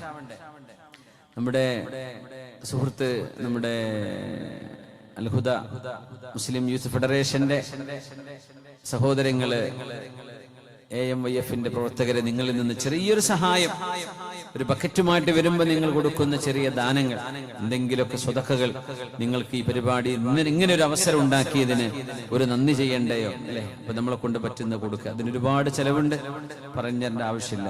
സിയാദിക്കൊക്കെ വലിയൊരു ബാധ്യത ഇതിന്റെ ഏറ്റെടുത്തിരിക്കുകയാണ്. അനുബന്ധ ചെലവുകളും നമ്മുടെ ഈ ലൈറ്റും സൗണ്ടും സ്റ്റേജും സംവിധാനങ്ങളും ഒക്കെ, അതിനൊക്കെ നിങ്ങളുടെ കയ്യിൽ നിന്ന് എന്തെങ്കിലും ഒന്ന് അള്ളാഹുവിന് വേണ്ടി നിയ്യത്ത് ചെയ്ത് കൊടുക്കുക. അതിവിടെ കിട്ടൂലേ, നാളെ അള്ളാഹുവിനോട് ചോദിച്ചു വാങ്ങണം. അപ്പോ പടച്ചതമ്പുരാൻ അതിന്റെ ബർക്കത്ത് ദുനിയാവിൽ തരും, തീർച്ചയായും അതിന്റെ പ്രതിഫലം അള്ളാഹു നാളെ ഏറ്റി തരും. അള്ളാഹു സ്വീകരിക്കട്ടെ. എല്ലാവരും എഴുന്നേറ്റൊരു 3 സ്വലാത്ത് ചൊല്ലിയിട്ടിരിക്കുകയാണ്. എഴുന്നേൽപ്പിക്കുന്ന 2 ഉദ്ദേശമാണ്. പോകേണ്ടവർക്ക് പോകാനും പേഴ്സൊക്കെ എടുക്കേണ്ടവർക്ക് എടുക്കാനും ഒന്ന് ഫ്രഷ് ആവാനുള്ള സമയമാണ്. അൽഹംദുലില്ലാഹ്. അപ്പോൾ ആർക്കെങ്കിലും പോകണമെന്നുണ്ടെങ്കിൽ 3 സ്വലാത്ത് തീരുന്നതിന് മുമ്പ് പോയാൽ ആരും അറിയില്ല. അല്ലെങ്കിൽ പിന്നെ എല്ലാവരും ഇങ്ങനെ നോക്കും. അപ്പോൾ അള്ളാഹു നമ്മുടെ ഈ സംഗമം സ്വീകരിക്കട്ടെ. ആമീൻ. കാലൊക്കെ തരിച്ചിട്ടുണ്ടാവും അല്ലേ? കുറെ നേരം ഇരുന്നിട്ട് ഒരു ചെറിയൊരു പരിപാടി എന്ന് വെച്ചാൽ ചെയർ ഇങ്ങോട്ട് മാറി കൊടുക്കുക. നിങ്ങളിരുന്ന ചെയറിൽ ഇപ്പുറത്തെ ആളെ ഇരുത്തുക, അയാൾ നിങ്ങളുടെ ചെയറിൽ ഇരിക്കുക. അങ്ങനെ സ്വാപ്പ് ചെയ്താൽ ഒരു ഫ്രഷ്നെസ് ഫീൽ ചെയ്യുന്ന. അവസാനം കൊടുത്താൽ ചെയർ ഇട്ടാണ്ടായി പോകരുതേ. അങ്ങോട്ടും ഇങ്ങോട്ടും ഒന്ന് മാറി നിന്ന് കൊടുത്താൽ, ഒന്ന് ചേഞ്ച് ചെയ്യാം, ചെയറൊക്കെ ഒന്ന് മാറി ഒന്ന് മൂവ് ചെയ്താൽ ഭയങ്കര ഉന്മേഷമായിരിക്കും. പിന്നെ അടുത്തൊരു മണിക്കൂർ പോകുന്നത് എങ്ങനെയാണെന്ന് അറിയില്ല. എത്ര പെട്ടെന്ന് തീർന്നു എന്ന് ചോദിക്കുന്നു. സല്ലു അലൻ നബി മുഹമ്മദിൻ വആലിഹി അല്ലാഹുമ്മ സല്ലി അലാ സയ്യിദിനാ മുഹമ്മദിൻ വഅലാ ആലി സയ്യിദിനാ മുഹമ്മദിൻ വബാരിക് വസല്ലിം അലൈഹി. അതാണ് സ്വലാത്ത് നമ്മൾ ചൊല്ലേണ്ടത്. 3 പ്രാവശ്യം ചൊല്ലണേ, ചൊല്ലിക്കോളൂ. അല്ലാഹുമ്മ സല്ലി അലാ സയ്യിദിനാ മുഹമ്മദിൻ വഅലാ ആലി സയ്യിദിനാ മുഹമ്മദിൻ വബാരിക് വസല്ലിം അലൈഹി.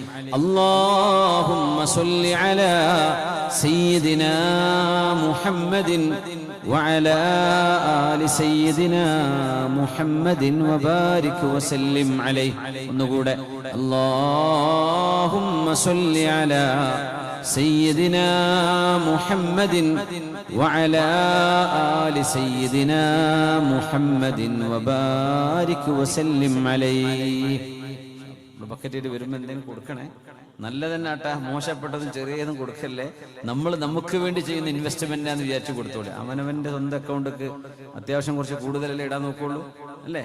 സ്വന്തം ഓൺ അക്കൗണ്ടിലേക്കുള്ള ട്രാൻസ്ഫർ ആണ് ചെയ്യുന്നത്. ഇൻഷാ അല്ലാഹ് സ്വീകരിക്കട്ടെ, ഖബൂൽ ചെയ്യട്ടെ. ആമീൻ യാ റബ്ബൽ ആലമീൻ. പ്രവർത്തകർ പറഞ്ഞിരുന്നു, ഇതിന്റെ പേരിൽ ഒരു പിരിവോ കാര്യങ്ങളോ ഒന്നും ലക്ഷ്യമില്ല, നമ്മളൊന്ന് വേദ പറഞ്ഞാൽ മതി. അൽഹംദുലില്ലാഹ്. അപ്പൊ എനിക്കും തന്നെ വലിയ സമാധാനമായി. മറ്റേത് ടെൻഷനായിരിക്കും, പഠിച്ചവനെ വേദമൊക്കെ പറഞ്ഞു പോകുന്ന അവർക്ക് അതൊരു ബാധ്യതയായി മാറുമല്ലോ എന്ന് ആലോചിക്കുമ്പോൾ അൽഹംദുലില്ലാഹ്. അല്ലാഹു വിജയിപ്പിക്കട്ടെ. നിങ്ങൾ കൊടുത്തങ്ങ് കിട്ടും, അത്രേ ഉള്ളൂ. നിങ്ങൾ കൊടുത്തില്ലെങ്കിലും പരിപാടി ഇപ്പം സിയാദക്കൊക്കെ ആയിട്ട് അങ്ങനെയൊക്കെ നടന്നു പോകും. ഓക്കെ, അവർക്ക് മാത്രം കിട്ടിയാൽ പോരെ, നിങ്ങൾക്കും കൂലി കിട്ടണ്ടേ, നിങ്ങൾ ഓരോരുത്തർക്കും കിട്ടണ്ടേ. അപ്പൊ നമ്മൾ ചെയ്യാം. അൽഹംദുലില്ലാഹ്. അല്ലാഹു ഖബൂൽ ചെയ്യട്ടെ. ആമീൻ യാ റബ്ബൽ ആലമീൻ. ഖൈബറിലേക്കോ ഹുദൈബിയിലേക്കോ നടന്നു പോയിരുന്ന ഒരു യാത്രയായിരുന്നു അത്, ഹബീബായ നബി തങ്ങളുടെ യാത്ര. ആ യാത്രയിലാണ് അവർക്ക് സുബ്ഹി നിസ്കാരം നഷ്ടമായതും. സൂര്യൻ ഉദിച്ചതിന് ശേഷം ഉണർന്ന ഉടനെ അല്ലാഹുവിന്റെ ഹബീബ് നിസ്കരിക്കുകയും ചെയ്യുന്നു. ആ സ്ഥലത്ത് നിന്ന് മാറിപ്പോകാൻ വേണ്ടി പറയുന്നു. ഫഇന്നഹു വാദി ശൈത്വാൻ, അത് പിശാചിന്റെ താഴ്വരയാണ് എന്ന് അവിടെ നിന്ന് പറയുകയും അവിടെ നിന്ന് മാറി നിൽക്കുകയും ചെയ്തു എന്ന് ഹദീസിന്റെ ചില റിവായത്തുകളിലുണ്ട്. ബിലാൽ ഇബ്നു റബാഹ് റളിയല്ലാഹു അൻഹുവിനോട് തങ്ങൾ ചോദിച്ചിരുന്നു, ബിലാലെ, നിങ്ങൾ ധൈര്യം പറഞ്ഞത് കൊണ്ടല്ലയോ നമ്മൾ അവിടെ ഇറങ്ങാൻ അവിടെ ഒരുങ്ങിയത്? യാത്ര തുടരാമെന്നായിരുന്നു തീരുമാനം. ഹബീബായ റസൂലുള്ളാഹി സ്വല്ലല്ലാഹു അലൈഹി വസല്ലം തങ്ങൾ അവിടുന്ന് പറയുമായിരുന്നു, അഖാഫു അൻ തനാമു അനിസ് സ്വലാ ഫയഖ്റുജു വഖ്തു സ്വലാത്തുൽ ഫജ്ർ വലം നസ്തൈഖ്. സുബഹിക്ക് എഴുന്നേൽക്കാൻ കഴിയാതെ സുബഹി നിസ്കാരത്തിന്റെ സമയം കഴിഞ്ഞു കടക്കും വരെ നമ്മളങ്ങ് ഉറങ്ങിപ്പോകുമോ എന്ന് ഞാൻ പേടിക്കുകയാണ്.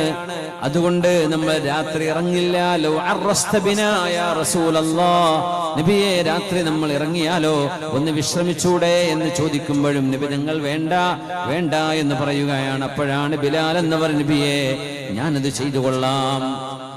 ഞങ്ങൾ ചോദിച്ചു, ബിലാലേ എന്താണ് സംഭവിച്ചത്? പൊന്നാര നബിയെ, ഞാൻ ഉദ്ദേശിച്ചത് എഴുന്നേൽക്കുമെന്ന തീരുമാനത്തിൽ തന്നെയായിരുന്നു, ആത്മവിശ്വാസത്തിലായിരുന്നു. പക്ഷേ എന്റെ കണ്ണുകൾ എന്നെ അതിജയിച്ചു നബിയെ, ഞാൻ അറിയാതെ ഉറങ്ങിപ്പോയി. അതുകൊണ്ടാണ് ഇത് സംഭവിച്ചത്. റസൂലുള്ളാഹി സ്വല്ലല്ലാഹു അലൈഹി വസല്ലം തങ്ങൾ വലിയൊരു പാഠം ഉമ്മത്തിനെ പഠിപ്പിക്കുകയാണ്. എത്ര തളർന്ന് ക്ഷീണിച്ചു വരികയാണെങ്കിൽ പോലും സുബ്ഹി എന്ന് പറയുന്നത് അല്ലാഹു ഒരു മനുഷ്യനെ ഏറ്റെടുക്കുന്ന നിസ്കാരമാണ്, ഒരു ദിവസത്തിന്റെ ഏറ്റവും ആദ്യത്തേത്. അല്ലാഹുമ്മ ഇന്നി അസ്അലുക ഖൈറ ഹാദൽ യൗം ഫത്ഹഹു വനസ്റഹു വനൂറഹു വബറകതഹു വഹുദാ. സുബ്ഹി നേരത്തെ പ്രാർത്ഥനയാണ്, അല്ലാഹുവേ അല്ലാഹുമ്മ ഇന്നി അസ്അലുക ഖൈറ ഹാദൽ യൗം, അല്ലാഹുവേ ഈ ദിവസത്തിന്റെ എല്ലാ നന്മയും ഞാൻ നിന്നോട് ചോദിക്കുന്നു റബ്ബേ. അല്ലാഹുമ്മ ഇന്നി അസ്അലുക ഖൈറ ഹാദൽ യൗം ഫത്ഹഹു വനസ്റഹു വനൂറഹു വബറകതഹു വഹുദാ. ഏതെല്ലാം ഫത്ഹുണ്ടോ, ഏതെല്ലാം ഓപ്പണിംഗ്, ഏതെല്ലാം തുറന്നു തരല്, അത് ബിസിനസ്സിലാവാം, രോഗശമനത്തിനാവാം, പ്രയാസങ്ങൾ നീങ്ങിപ്പോകുന്നതാവാം, എല്ലാ ഫത്ഹും ഞങ്ങൾക്ക് നൽകണം റബ്ബേ.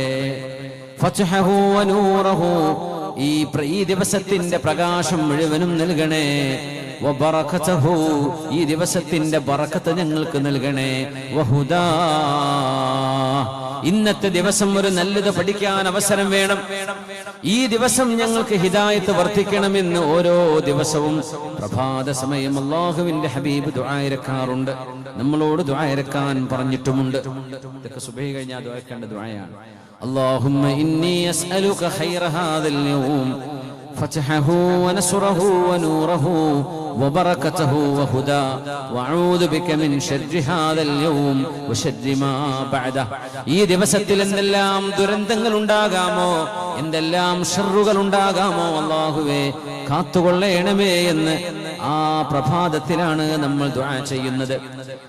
അൽഹംദുലില്ലാഹില്ലദീ അഹ്യാനാ ബഅദമാ അമാതനാ വഇലൈഹിൻ നുശൂർ.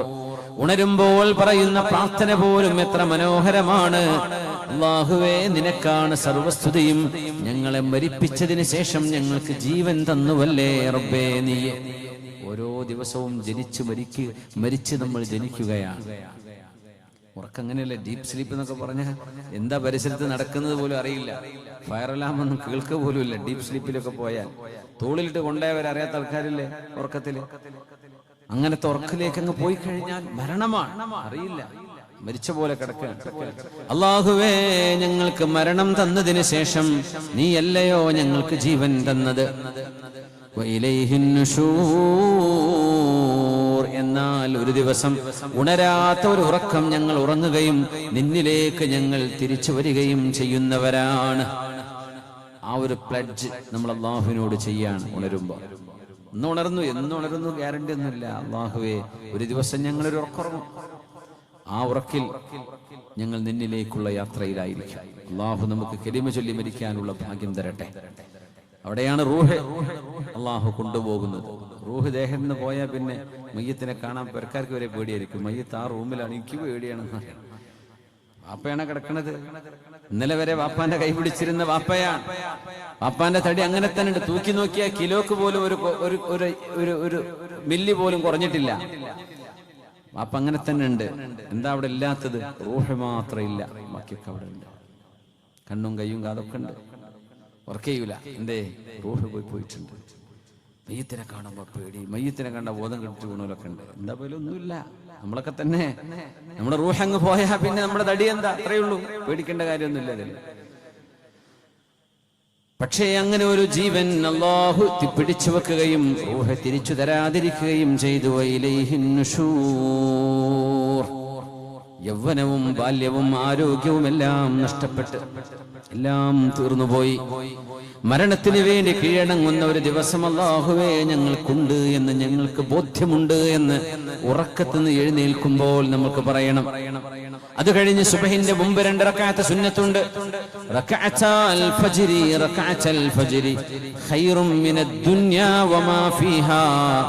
ഈ ലോകത്തുള്ള എല്ലാ സമ്പത്തിനേക്കാളും വലുത്, ഈ ലോകത്തുള്ള എല്ലാറ്റിനേക്കാളും അള്ളാഹുവിന്റെ മുമ്പിൽ ശ്രേഷ്ഠമായ 2 റക്അത്തുണ്ട്. ആ 2 റക്അത്താണ് ലോകത്തെ സർവ്വ പൈസയും നിങ്ങളുടെ കയ്യിൽ കിട്ടുന്നതിനേക്കാളും ഖൈർ.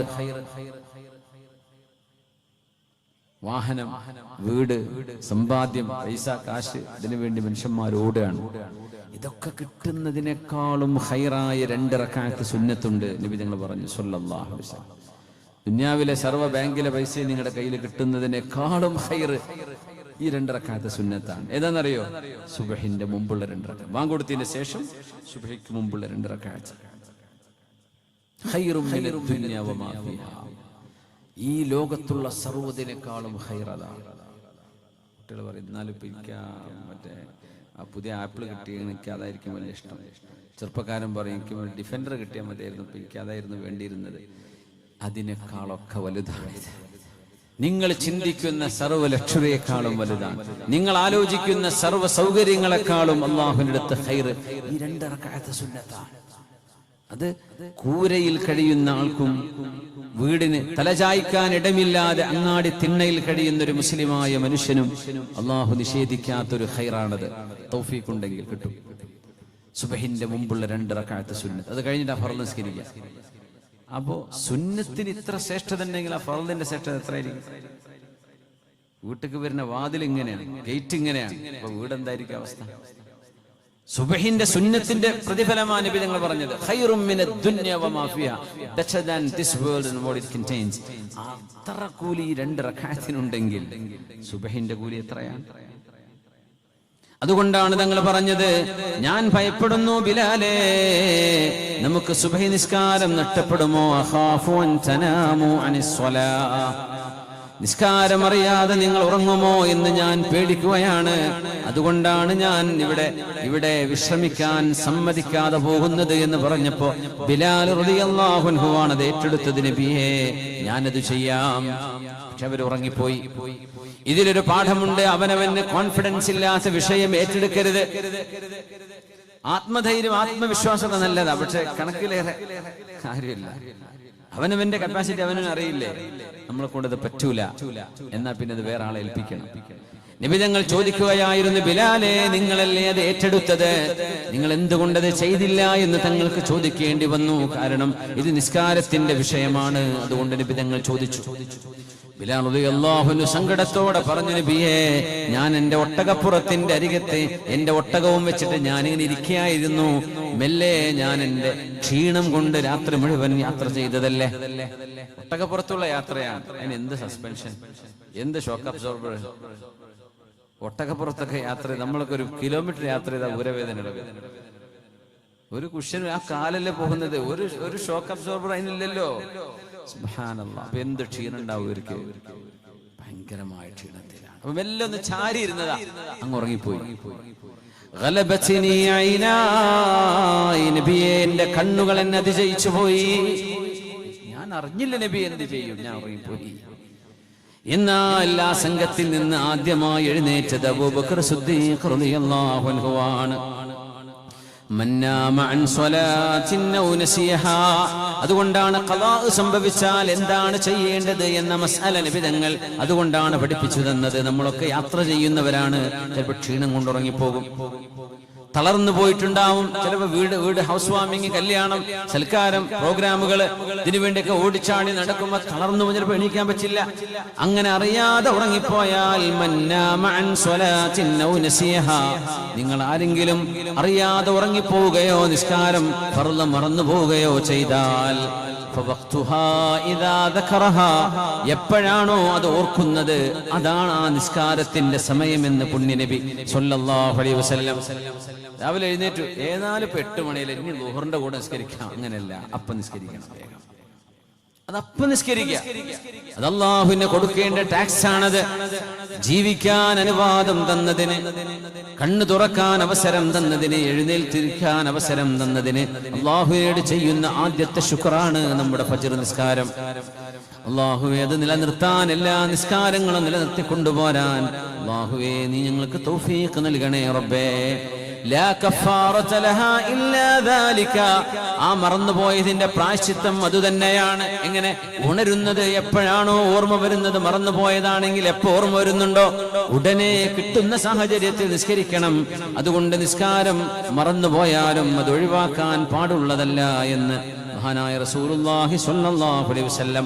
അതോടൊപ്പം ജനാബത്തുണ്ടായിരുന്ന, വലിയ അശുദ്ധി ഉണ്ടായിരുന്ന ഒരാൾ ഖല്ലാദ് ഇബ്നു റാഫിഅ റളിയല്ലാഹു അൻഹു അങ്ങനെ വെള്ളമില്ലാതെ വന്നാൽ എന്തു ചെയ്യണം എന്നതിന് മറുപടിയായി തയമ്മും ചെയ്യണം. മുഖവും കയ്യുമാണ് തയമ്മുമിന്റെ അവയവങ്ങൾ. ഒരാൾക്ക് കുളി നിർബന്ധമാണ്, വെള്ളം ഉപയോഗിക്കാൻ പറ്റില്ല, കടുത്ത തണുപ്പാണ്, അല്ലെങ്കിൽ വെള്ളം ചേരുമെന്നിൽ അസുഖങ്ങൾ വന്നേക്കും. അങ്ങനെയാണെങ്കിൽ തയമ്മും, കുളിക്കിന് പകരവും തയമ്മും മുഖവും കയ്യും മാത്രം തന്നെയാണ്. നിയ്യത്ത് ചെയ്യുക, മുഖവും തടവ്, രണ്ട് കയ്യും തടവ്, ഖലാസ്. അല്ല മണ്ണിലാണ് ഉരുണ്ടിട്ട് മണ്ണ് കുളിക്കലല്ല. കുളിയുടെ തയമ്മും വുളൂഇന്റെ തയമ്മും ഒക്കെ ഒന്ന് തന്നെയാണ്. മാ മനഅക അൻ തുസല്ലിയ മഅൽ ഖൗം. പുന്നാര നബി ചോദിച്ചു, എന്തേ നിങ്ങൾ ജമാഅത്തായി നിസ്കരിക്കാതിരുന്നത്? ജമാഅത്ത് നിസ്കാരത്തിന്റെ പ്രാധാന്യമാണ് പറയുന്നത്. ജമാഅത്ത് നിസ്കാരം നമ്മുടെ മസ്ജിദുകളിൽ ഇമാമിന്റെ പിറകിലായി, മഅ്മൂമീങ്ങളായി ഇമാമിന്റെ കൂടെ നിസ്കരിക്കുന്ന നിസ്കാരത്തിന്റെ പ്രതിഫലം 27 ഇരട്ടിയാണെന്ന് അഷ്റഫുൽ ഖൽഖ് റസൂലുള്ളാഹി സ്വല്ലല്ലാഹു അലൈഹി വസല്ലം. അതുകൊണ്ട് നിസ്കാരം ഒറ്റക്കല്ല, പിന്നെയോ ജമാഅത്ത് സാധ്യമാകുന്നിടത്ത് ജമാഅത്തിൽ തന്നെയാണ് നിസ്കരിക്കേണ്ടത്. മാ മനഅക യാ ഫുലാൻ അൻ തുസല്ലിയ മഅൽ ഖൗം എന്ന് റസൂലുള്ളാഹി സ്വല്ലല്ലാഹു അലൈഹി വസല്ലം. ഇങ്ങനെ പാഠങ്ങളുടെ, ഒരുപാട് മസ്അലകളുടെ ഒരനുഭവമാണ് ആ ഒരൊറ്റ സംഭവത്തിൽ നമ്മൾ കാണുന്നത്. ഇനി നമ്മൾ പോകുന്നത് ഇമാം ബുഖാരി തങ്ങൾ ഉദ്ധരിച്ച മറ്റൊരു ഹദീസിലേക്ക്. അബൂ മൂസൽ അശ്അരി റളിയല്ലാഹു അൻഹു. അശ്അരികൾ എന്ന് പറയുന്നത് യമനികളാണ്. അൽ ഈമാനു യമാനിൻ വൽ ഹിക്മതു യമാനിയ വൽ ഫിഖ്ഹു യമാനിൻ ഖാല റസൂലുള്ളാഹി സ്വല്ലല്ലാഹു അലൈഹി വസല്ലം. ഈമാൻ യമനികളുടേതാണ്. ഈമാൻ, തത്വജ്ഞാനം യമനികളുടേതാണ്. ദീൻ മനസ്സിലാക്കുന്നത് യമനികൾ മനസ്സിലാക്കുന്ന ദീനാണെന്ന് നബി തങ്ങൾ യമനികളെ സംബന്ധിച്ച് പുകഴ്ത്തി പറയാറുണ്ടായിരുന്നു. യമനി തറവാടുകൾപ്പെട്ട തറവാടാണ് അശ്അരികൾ. റസൂലുള്ളാഹി തങ്ങൾ പറയാറുണ്ട്, അശ്അരികൾ എവിടെയാണ് താമസിക്കുന്നത് എന്ന്. അവര് പകല് താമസിക്കുന്ന ഇടങ്ങൾ എനിക്കറിഞ്ഞില്ലെങ്കിലും അവര് രാത്രി എവിടെയാണുള്ളത് എന്ന് ഇരുട്ടിൽ എനിക്ക് മനസ്സിലാവും. അശ്അരികൾ എന്റെ ചുറ്റുവട്ടത്ത് എവിടെയാണുള്ളത്. യാത്ര പോകുമ്പോ സംഘങ്ങളായിട്ട് പോവുക. കുടുംബങ്ങൾ ഓരോരുത്തരും അവരൊരുമിച്ച് ക്യാമ്പ് ചെയ്യും. അപ്പൊ തങ്ങളുടെ വലത്താണോ ഇടത്താണോ മുമ്പിലാണോ പിറകിലാണോ അശ്അരികൾ താമസിക്കുന്നത് എന്ന് എനിക്കറിയാം.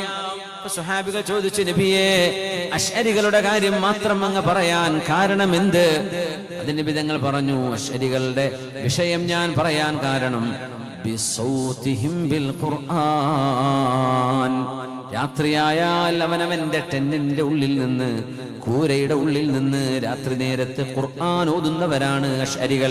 അവരുടെ ഖുർആനിന്റെ ശബ്ദം കേൾക്കുമ്പോൾ എനിക്കറിയാം അത് അശ്അരി കുടുംബമാണെന്ന് എന്ന് പറഞ്ഞ അശ്അരികളെ നബി തങ്ങൾ പ്രശംസിച്ചിട്ടുണ്ട്.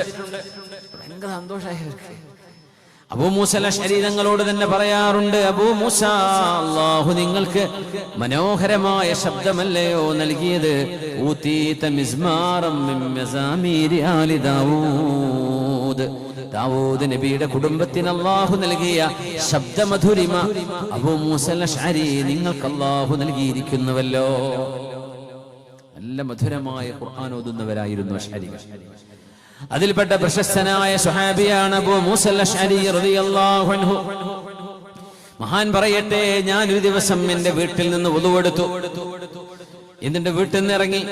എന്റെ മനസ്സിൽ ഞാനൊരു തീരുമാനമെടുത്തു, ലഅൽസമന്ന റസൂലല്ലാഹി സ്വല്ലല്ലാഹു അലൈഹി വസല്ലം വലാ കൂനന്ന മഅഹു യൗമി ഹാദാ. ഇന്നത്തെ ദിവസം ഇന്ന് ഒരു പണി വേറെയില്ല. ഞാൻ അല്ലാഹുവിന്റെ റസൂലിന്റെ അരികത്തേക്കാണ് പോകുന്നത്.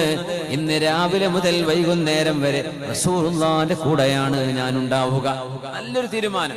ഹബീബിന്റെ അടുത്ത് പഠിക്കണം, ഹബീബിന്റെ ബറക്കത്ത് എനിക്ക് വേണം, ഹബീബിൽ നിന്ന് അറിവ് സ്വീകരിക്കണം, അവിടുത്തെ പരിശുദ്ധമായ നബുവത്തിന്റെ പ്രകാശത്തിന്റെ ഒരു സ്ഫുരണം എനിക്കിന്ന് ലഭിക്കണം എന്ന തീരുമാനത്തിൽ ഞാൻ വുദൂ എടുത്ത് വീട്ടിൽ നിന്നിറങ്ങി നേരെ മസ്ജിദിലേക്ക്, മസ്ജിദുൻ നബവിയിലേക്ക് കടന്നു ചെല്ലുമ്പോ റസൂലുള്ളാഹി തങ്ങൾ അവിടെ ഇല്ല. അവര് പറഞ്ഞു, തങ്ങൾ പുറത്തു പോയല്ലോ. ഖറജ വവജൂഹു ഹുനാ, നബി തങ്ങൾ ഇങ്ങോട്ടാണ് പോയത് എന്ന് പറഞ്ഞു. ഫോൺ നമ്പർ ഒന്നും ഇല്ലല്ലോ വിളിക്കാന്. മഹാനായ അബൂ മൂസ അശ്ശരി തങ്ങള് ഏകദേശം തങ്ങൾ പോയ റൂട്ടിലേക്ക് മഹാനവറുകൾ നടന്നു. നടന്ന് ചെല്ലുമ്പോൾ ഹബീബായ നബി തങ്ങൾ എത്തിച്ചേരുന്നത് ദഖല ബിഅറ അരീസ്. അരീസ് എന്ന് പറയുന്ന ഒരു കിണറുണ്ട് ഖുബാപള്ളിന്റെ അടുത്ത്. ആ കിണറിന്റെ അടുത്തേക്കാണ് നബി തങ്ങൾ പോയത് സ്വല്ലല്ലാഹു അലൈഹി വസല്ലം. നബി തങ്ങൾക്ക് വളരെ വെള്ളം, വാട്ടർ ഫ്രണ്ട് നബി തങ്ങൾക്ക് ഭയങ്കര ഇഷ്ടമാണ്. വെള്ളത്തിലേക്ക് നോക്കിയിരിക്കും. പക്ഷെ മദീനയിൽ തടാകമില്ല, മദീനയിൽ വലിയ അരുവികളും ജലാശയങ്ങളൊന്നും ഇല്ല. തങ്ങൾ കടലും കണ്ടിട്ടില്ല സ്വല്ലല്ലാഹു അലൈഹി വസല്ലം. കടൽ ഒരുപാട് ദൂരെയാണ്. മദീനയിൽ നിന്ന് യംബുവിലേക്ക് പോകണം. അവിടേക്കൊന്നും പോകേണ്ട ഒരു എക്സ്പെഡിഷനോ കാര്യങ്ങളോ ഒന്നും അന്നുണ്ടായിരുന്നില്ല. സൈന്യത്തിന്റെ കൂടെ പോലും തങ്ങൾ ആ വഴിക്കൊന്നും പോയില്ല. തങ്ങൾ കടൽ പോലും കണ്ടിട്ടില്ല സ്വല്ലല്ലാഹു അലൈഹി വസല്ലം. പക്ഷെ എത്രയാ കടലിനെ കുറിച്ച് ഖുർആനിൽ വന്ന ആയത്തുകൾ. മഴ കിട്ടാത്ത നാടല്ലേ മക്കയും മദീനയും. മഴയെക്കുറിച്ച് എത്ര ആയത്തുകളാണ് ഖുർആനിലുള്ളത്. എത്രയാണ് മഴയെക്കുറിച്ച്, കാറ്റിനെ കുറിച്ച്, മേഘങ്ങളെ കുറിച്ച്. ഒരു മേഘം അവിടെ കാണാൻ കിട്ടൂല. അപൂർവം ചില സമയത്തൊക്കെ മേഘം മൂടിയെങ്കിലായി അല്ലേ. ഇപ്പച്ചിരി മഴകളൊക്കെ കൂടി വരുന്നുണ്ട് അല്ലെ. ഗൾഫ് നാട്ടിലൊക്കെ മഴ കൂടുതലാണ്. അത് കുറച്ച് കൂടും എന്ന് തന്നെയാണ് ഹദീസിലുണ്ടത്. ലാ തഖൂമുസ് സാഅ ഹത്താ തഊദ അർദുൽ അറബി മുറൂജൻ വൻഹാറാ. ലോകാവസാനത്തിന് മുമ്പ് അറബ് നാടുകൾ, ജസീറത്തുൽ അറബ്, അറബ് ഉപഭൂഖണ്ഡം അരുവികളും കാടുകളുമായിട്ടും ഈ ഭൂമി തിരിച്ചു വരുന്നത് വരെ ഖിയാമത്ത് നാൾ സംഭവിക്കില്ല എന്ന് പുണ്യനബിയുടെ ഹദീസുണ്ട്, സ്വഹീഹായ ഹദീസ്. ലാ തഖൂമുസ് സാഅ ഹത്താ തഊദ അർദുൽ അറബി മുറൂജൻ വൻഹാറാ. അറബികളുടെ നാട് പുഴകളും അരുവികളും കാടുകളുമുള്ള പ്രദേശമായി മാറുന്നത് വരെ ഖിയാമത്ത് നാൾ നടക്കുകയില്ല എന്നാണ് പറഞ്ഞത്.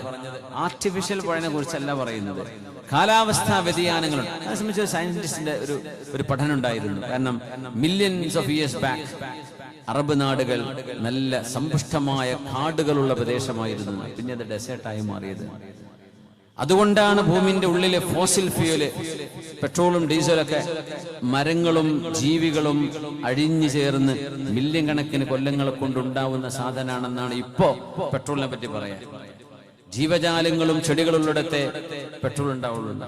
അവകൾ മില്യൺ കണക്കിന് കൊല്ലങ്ങൾക്ക് മുമ്പ് നശിച്ചുപോയി അതിന് രൂപം മാറ്റം സംഭവിച്ചിട്ടാണ് പെട്രോളും ഡീസലും നാച്ചുറൽ ഗ്യാസും ഒക്കെ ആയിട്ട് മാറുന്നത്. അതുകൊണ്ട് അതിനെ ഫോസിൽ ഫ്യൂൽസ് എന്ന് പറയാൻ കാരണം ജീവികളിൽ നിന്നുണ്ടാകുന്നതാണ്. അവർ നമ്മുടെ നാട്ടിലും കേരളത്തിലൊക്കെ അല്ലേ ഇത് ഏറ്റവും കൂടുതൽ കിട്ടേണ്ടത്. അന്നത്തെ കാലഘട്ടത്തിൽ ഇവിടെ അതുണ്ടോ നമുക്കറിയില്ല. പക്ഷെ അറബ് നാട് അങ്ങനെയായിരുന്നുവെന്നും അത് ഇനി തിരിച്ചു വരുമെന്നും കാലാവസ്ഥകൾക്ക് വ്യതിയാനങ്ങൾ ഉണ്ടായി ഒരുപാട് മഴയും ഫലഭൂയിഷ്ഠമായ മണ്ണായും ആ നാട് മാറിയിട്ട് അവിടെ പച്ചപ്പ് വരും എന്ന് സയൻസിന്റെ ഒരു പ്രഡിക്ഷൻ, ഒരു സയന്റിസ്റ്റിന്റെ ഒരു പഠനം ഉണ്ടായിരുന്നു. ഞാനിത് ഇന്നത്തെ വിഷയം അതല്ലാതെ ഞാനിപ്പോ പെട്ടെന്ന് ഓർമ്മ വന്നപ്പോൾ പറഞ്ഞതാണ് ഈ ഹദീസ്. പക്ഷെ അങ്ങനെ ഒരു പഠനം തന്നെയുണ്ട്. അറബ് ലോകം അങ്ങനെയാണ്. ഒരു തായ്വാൻകാരനായ ഒരു സയന്റിസ്റ്റിന്റെ ഒരു ഗവേഷണമുണ്ട് അതിനെ സംബന്ധിച്ച്. അപ്പൊ അങ്ങനെ തിരിച്ചു വരുന്ന മഴ ഇഞ്ഞ് കൂടിക്കൊണ്ടുവരും അവിടങ്ങളിലൊക്കെ. അപ്പൊ നമ്മുടെ നാട്ടിൽ നിന്നൊക്കെ മഴകൾ അങ്ങോട്ട് നീങ്ങിയാണോ അല്ലാഹു അലം. അവിടെ നല്ല സമൃദ്ധമായ മഴ പെയ്യാൻ തുടങ്ങുന്ന. പക്ഷെ നബി തങ്ങളുടെ കാലത്തൊന്നും അതില്ല. വളരെ നേർത്ത മഴ. ഇതാണ് മഴ എന്ന് അറിയിക്കാൻ വേണ്ടി മാത്രം ഒരു സ്പ്രേ ഉള്ളൂ. അത് എപ്പോഴെങ്കിലും കിട്ടിയെങ്കിലായി. എന്നാൽ എത്രയാണ് മഴയെക്കുറിച്ച് വിശുദ്ധ ഖുർആനിൽ കാണുന്ന റഫറൻസുകൾ ഒരുപാടാണ്. ഹബീബായ നബി തങ്ങൾക്ക് വെള്ളം ഇഷ്ടമായിരുന്നു സ്വല്ലല്ലാഹു അലൈഹി വസല്ലം. അങ്ങനെ ഹബീബായ നബി തങ്ങൾ ഖുബാ പള്ളിയുടെ അടുത്തുള്ള അരീസ് എന്ന് പറയുന്ന കിണറിന്റെ അരികത്തേക്ക് ചെന്നു. അവിടെ ഒരു ചെറിയ ഒരു ഈത്തപ്പന തോട്ടമാണ്. ആ കിണറ്റിന്റെ ഒരു പ്രത്യേകത ഉണ്ട്. നബി തങ്ങളുടെ മോതിരം ഉസ്മാൻ റളിയല്ലാഹു അൻഹുവിന്റെ കയ്യിൽ നിന്ന് വീണുപോയത് ആ കിണറ്റിലാണ്, അരീസ് കിണറ്റിലാണ്. പക്ഷെ അത് ഇതുവരെ കിട്ടിയിട്ടില്ല കേട്ടോ. ഞാൻ മുങ്ങിത്താവാൻ നിൽക്കണ്ട. അവിടെ പണ്ട് കാലം മുതലേ ആൾക്കാർ അന്വേഷിക്കാൻ തുടങ്ങിയതാണ്, ഇതുവരെ കിട്ടിയിട്ടില്ല. അരീസ് കിണറിൽ ഉസ്മാൻ റളിയല്ലാഹു തങ്ങളുടെ കാലശേഷം ഹബീബായ നബി തങ്ങളുടെ മോതിരം ഖുലഫാ റാഷിദീങ്ങളുടെ കയ്യിലാണ്, സിദ്ദീഖ് തങ്ങളുടെ കയ്യിലായിരുന്നു. സിദ്ദീഖ് തങ്ങൾ വഫാത്തായപ്പോൾ ഉമർ തങ്ങൾ കൊടുത്തു. ഉമർ തങ്ങളുടെ കാലം ഉമർ തങ്ങൾ ഉസ്മാൻ തങ്ങൾക്ക് കൊടുത്തു. ഉസ്മാൻ റളിയല്ലാഹു കിണറ്റിൽ നിന്ന് വെള്ളെടുക്കുമ്പോൾ കയ്യിൽ നിന്ന് വീണു പോയതാ. പിന്നെ എത്ര തെരഞ്ഞെടുക്കും. ഉസ്മാൻ തങ്ങൾ ഭയങ്കര സങ്കടമായിരുന്നത്, നഷ്ടപ്പെട്ടു പോയല്ലോ, അത് കിട്ടിയില്ല, പിന്നെ കണ്ടു കിട്ടിയിട്ടില്ല. അങ്ങനെയാണ് ആ മോതിരം നഷ്ടമായൊരു കിണർ കൂടിയാണ് ബിർ അരീസ്. അതിന്റെ ആ കിണറിന്റെ ഭാഗങ്ങളൊക്കെ ടൂറിസ്റ്റുകൾ കാണിച്ചു കൊടുക്കുന്നുണ്ട് അവിടെ മദീനയിൽ. ബിർ അരീസിൽ നബി തങ്ങൾ ചെന്നു സല്ലല്ലാഹു അലൈഹി വസല്ലം. റസൂലുള്ളാഹി തങ്ങൾ ആ കിണറ്റിന്റെ വക്കിൽ ഇരിക്കുകയാണ്. അപ്പൊ ചെറിയ കിണറാണ്, ആഴം കുറവാണ്, അതിൽ വെള്ളവുമുണ്ട്. മദീനയിലെന്ന് വെള്ളം കൂടുതലുണ്ട്, ഇന്നത്തെ പോലെയല്ല. ഉഹദിൽ നിന്ന് മദീനയിലേക്ക് വരുന്ന ഭാഗത്ത് ഇപ്പൊ നമ്മൾ കാണുന്ന ചില ചാലുകളൊക്കെ ഉണ്ടല്ലോ, ഇങ്ങനെ വെള്ളം പോകുന്ന ചില സ്ട്രീമുകൾ. ഇപ്പൊ ഇത് ഡ്രൈ ആണ്. പക്ഷെ അന്ന് മദീനയിൽ അതിലൊക്കെ നേരിയ വെള്ളമുണ്ടായിരുന്നു. ഈത്തപ്പന തോട്ടത്തിലൂടെയൊക്കെ വെള്ളങ്ങൾ കടന്നു പോകുന്ന വെള്ളത്തിന്റെ ചാലുകൾ ഉണ്ടായിരുന്നു എന്നൊക്കെ ഹദീസിൽ കാണാൻ കഴിയും. മദീനയിൽ കുളം ഉണ്ടായിരുന്നു. കുളം എന്നൊക്കെ പറഞ്ഞാൽ ശരിക്കും കിണറല്ലല്ലോ, ഭൂമിക്ക് മുകളിൽ വെള്ളം കിട്ടുന്ന സ്ഥലമാണ്. നമ്മുടെ കേരളമൊക്കെ അള്ളാഹുവിന്റെ എത്ര വലിയ അനുഗ്രഹമുള്ള നാടാണ്. നമ്മൾ മണ്ണ് കുഴിച്ചാൽ വെള്ളം കിട്ടുന്നത് ഫിൽട്ടർ പോലും ചെയ്യാതെ ടാങ്കിലേക്ക് അടിച്ച് വെള്ളം കുടിക്കുന്നില്ലേ നമ്മള്? എനിക്കറിയില്ല കേട്ടോ, ലോകത്ത് എവിടെയെങ്കിലും ഇങ്ങനെ ഭൂമിയിൽ നിന്ന് നേരെ വെള്ളം എടുത്ത് കുടിക്കുന്ന സ്ഥലമുള്ളത്. ഇത്ര നല്ല വെള്ളം, ഫിൽട്ടർ പോലും ചെയ്യാത്ത വെള്ളം, ഇത്ര രുചിയുള്ള വെള്ളം കിട്ടുന്ന നാട് എനിക്കറിയില്ല. ഞാൻ യാത്ര പോയ സ്ഥലത്തൊന്നും ഞാൻ കണ്ടിട്ടില്ല. ഇനി ഉണ്ടെങ്കിൽ എനിക്കറിയില്ല. വളരെ അപൂർവമാണ്. ഈ ടേസ്റ്റ് കിട്ടൂല. വെള്ളം കിട്ടുന്ന കട്ടിയുള്ള വെള്ളമൊക്കെ ഉണ്ടാവും, ഒന്നും ടേസ്റ്റ് കിട്ടില്ല. എന്ത് രുചിയുള്ള വെള്ളമാണ് നമുക്ക് അള്ളാഹു ഇവിടെ തന്നത്. അതിന് മാത്രം അള്ളാഹ്ക്ക് നന്ദി ചെയ്യണമെങ്കിൽ എത്ര നന്ദി പറയേണ്ടി വരും. യാ അല്ലാഹ്. അതുകൊണ്ടായിരിക്കില്ലേ God's own country, God's own country but devil's own people എന്ന് പറയുന്നത്. അല്ലാഹു അല്ല. അപ്പോ ജനങ്ങളും പടച്ചവന്റെ ആൾക്കാരനെ ആവട്ടെ. ജനങ്ങൾ മഹാവടക്ക് സ്വഭാവം, നാട് അള്ളാഹിൻ്റെത്, അങ്ങനെ ആവണ്ട. അപ്പോ വലിയ അത്ഭുതമുള്ള നാടാണ് നമ്മുടെ നാട്. അതിന്റെ ഇപ്പം നല്ല ശുദ്ധിയുള്ള വെള്ളല്ലേ നമ്മുടെ പുഴയിലൂടെ ഒക്കെ ഒഴുകുന്നത്. നല്ല നല്ല ശുദ്ധമുള്ള ഉപ്പുരുചിയില്ലാത്ത വെള്ളം ഒഴുകുക ഭൂമിക്ക് മുകളിലൂടെ. ഭയങ്കര സൗഭാഗ്യമല്ലേ? എത്ര വലിയ നിഅമത്താണെന്ന് ഇതില്ലാത്ത നാടിലേക്ക് ചെല്ലുമ്പോഴേ നമുക്കറിയുള്ളൂ. ഹബീബായ നബി തങ്ങൾ കിണറ്റിന്റെ വക്കിൽ ചെന്നിരുന്നു സല്ലല്ലാഹു അലൈഹി വസല്ലം. ആ കിണറ്റിലേക്ക് ഒരൽപ്പം കാല് പൊക്കിയിട്ട് നബി തങ്ങൾ വെള്ളത്തിലേക്ക് കാലിട്ടു സല്ലല്ലാഹു അലൈഹി വസല്ലം. അപ്പൊ അത് കുടിക്കാൻ ഉപയോഗിക്കുന്ന കിണറാണോ, അതല്ല കൃഷിക്ക് മാത്രം ഉപയോഗിക്കുന്ന നനക്കുന്ന കിണറായിരിക്കുമോ എന്നൊക്കെ പണ്ഡിതന്മാർ പറയും. അതുകൊണ്ടായിരിക്കും തങ്ങൾ അതിൽ കാലിട്ടത്. വെള്ളം നനയാനും കാലിനൊരു ശരീരത്തിന് ഉണർവ് കിട്ടാനും തങ്ങൾ ചെയ്തതായിരിക്കാം. കിണറിന്റെ ഒരു വക്കിൽ നബി തങ്ങൾ ഇരിക്കുകയാണ് സല്ലല്ലാഹു അലൈഹി വസല്ലം. തവസ്സത ഖഫ്ഫഹാ. ഖഫ് എന്ന് പറയുന്നത് കിണറിന്റെ ആ ഒരു ചുറ്റുമതിലിന് അറബിയിൽ പറയുന്ന പേരാണ് ഖഫ്.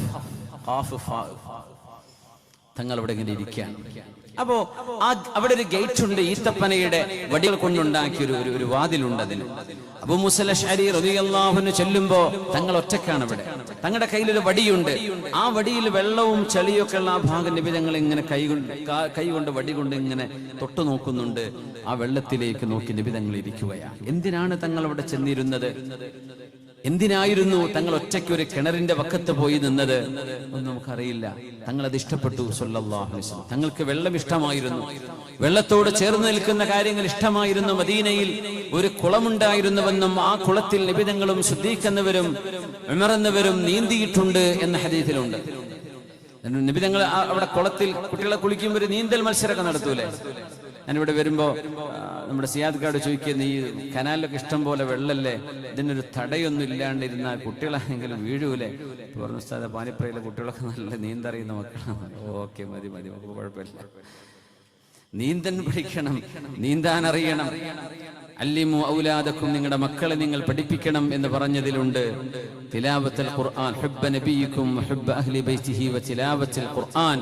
ഖുർആൻ ഓതാനും നബിതങ്ങളുടെ കുടുംബമായ തങ്ങന്മാരെ സയ്യിദന്മാരെ സ്നേഹിക്കാനും നബിതങ്ങളെ സ്നേഹിക്കാനും മക്കളെ പഠിപ്പിക്കണം എന്ന് പറഞ്ഞു. പിന്നെ നബിതങ്ങൾ പറഞ്ഞ കാര്യമാണ് അല്ലിമുഹുമുർ റിമായ വൽ ഫുറൂസിയ്യത വസ്സിബാഹ.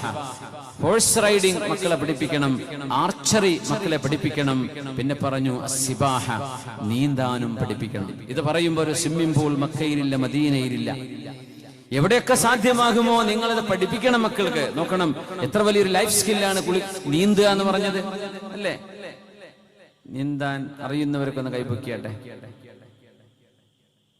ഉറപ്പന്നല്ലേ? അൽഹംദുലില്ലാ. ഒരാള് മുങ്ങിപ്പോയ രക്ഷപ്പെടുത്താനുള്ള കഴിവുണ്ട്, സ്വന്തം നീന്തി രക്ഷപ്പെടും, അതൊന്ന് വേറെയാണ്. ഒരാളെ രക്ഷപ്പെടുത്താൻ കഴിയും, അങ്ങനത്തെ ഒന്ന് കൈപൊക്കിയാട്ടെ. അവർക്ക് ഗവൺമെന്റിന് ആവശ്യം ഉണ്ടാവേ, ഒരു പ്രളയമോ ഒരാവശ്യമോ വരുമ്പോ മാഷാ അല്ലാഹ് നീന്താൻ അറിയണം. സ്വിമ്മിംഗ് പൂളിൽ 4 കാലിട്ടടിച്ചുകൊണ്ടൊന്നും നീന്താനില്ല. ശരിക്ക് നല്ല കുളത്തിലും പുഴയിലും കടലിലൊക്കെ നീന്തി തന്നെ പഠിക്കണം. ഞങ്ങൾ ദാറുൽ പഠിക്കുന്ന കാലത്ത് ഞങ്ങളുടെ അടുത്ത് കടലുണ്ടി പുഴയുണ്ട്, നീന്തിയിരുന്നു. എൻ്റെ സീനിയർ ക്ലാസ്സിലെ ഒരു സുഹൃത്ത് വെള്ളത്തിൽ മുങ്ങി ഏകദേശം തീരുമാനാകാൻ പോകുന്ന നേരത്ത് പിന്നിലേക്ക് ചെന്ന് തള്ളി ആ സുഹൃത്തിനെ കരയിലേക്ക് അടുപ്പിച്ച് രക്ഷപ്പെടുത്തി എന്നൊരു ആത്മവിശ്വാസവും ഒരു ധൈര്യവും ഒരു സന്തോഷവും ഉള്ളത് ഞാൻ നിങ്ങളോട് പങ്കുവെക്കുകയാണ്. എന്ന് വെച്ചാൽ നീന്തൽ അറിയണം, ഒരാളുടെ ജീവൻ രക്ഷിക്കാൻ പറ്റി എന്ന് ഞാൻ പറയാൻ. കുറേ വർഷങ്ങൾക്ക് മുമ്പാണ്, ഒരു 1997-ലോ 96-ലോ ഒക്കെയാണ് സംഭവം നടക്കുന്നത്. ഏതായിരുന്നാലും അറിയണം. നബി ഞങ്ങൾ സുന്നത്താണെന്ന് പഠിപ്പിച്ചതാണ്, സുന്നത്താണത്, നീന്താൻ അറിയണം.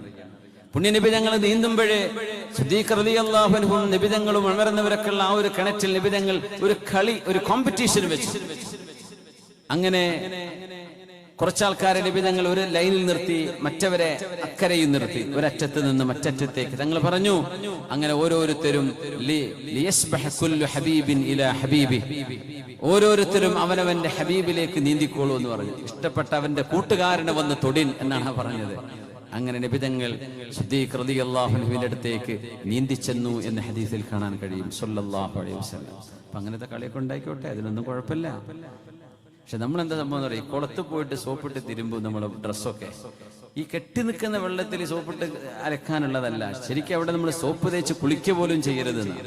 കുളിക്കാൻ വേറെ പുറത്തേക്ക് കൊണ്ടുപോകും, ആ വെള്ളം അഴുക്കാവില്ലേ, അത് പുറത്തേക്ക് ഒഴുകി പോകുന്നില്ലെങ്കിൽ ആ സോപ്പും നമ്മൾ കഴുകുന്നതിന്റെ അഴുക്കും വൃത്തികേടൊക്കെ അതിൽ പോയിട്ട് തന്നെ മുങ്ങി കുളിച്ചിട്ട് എന്താ കാര്യം?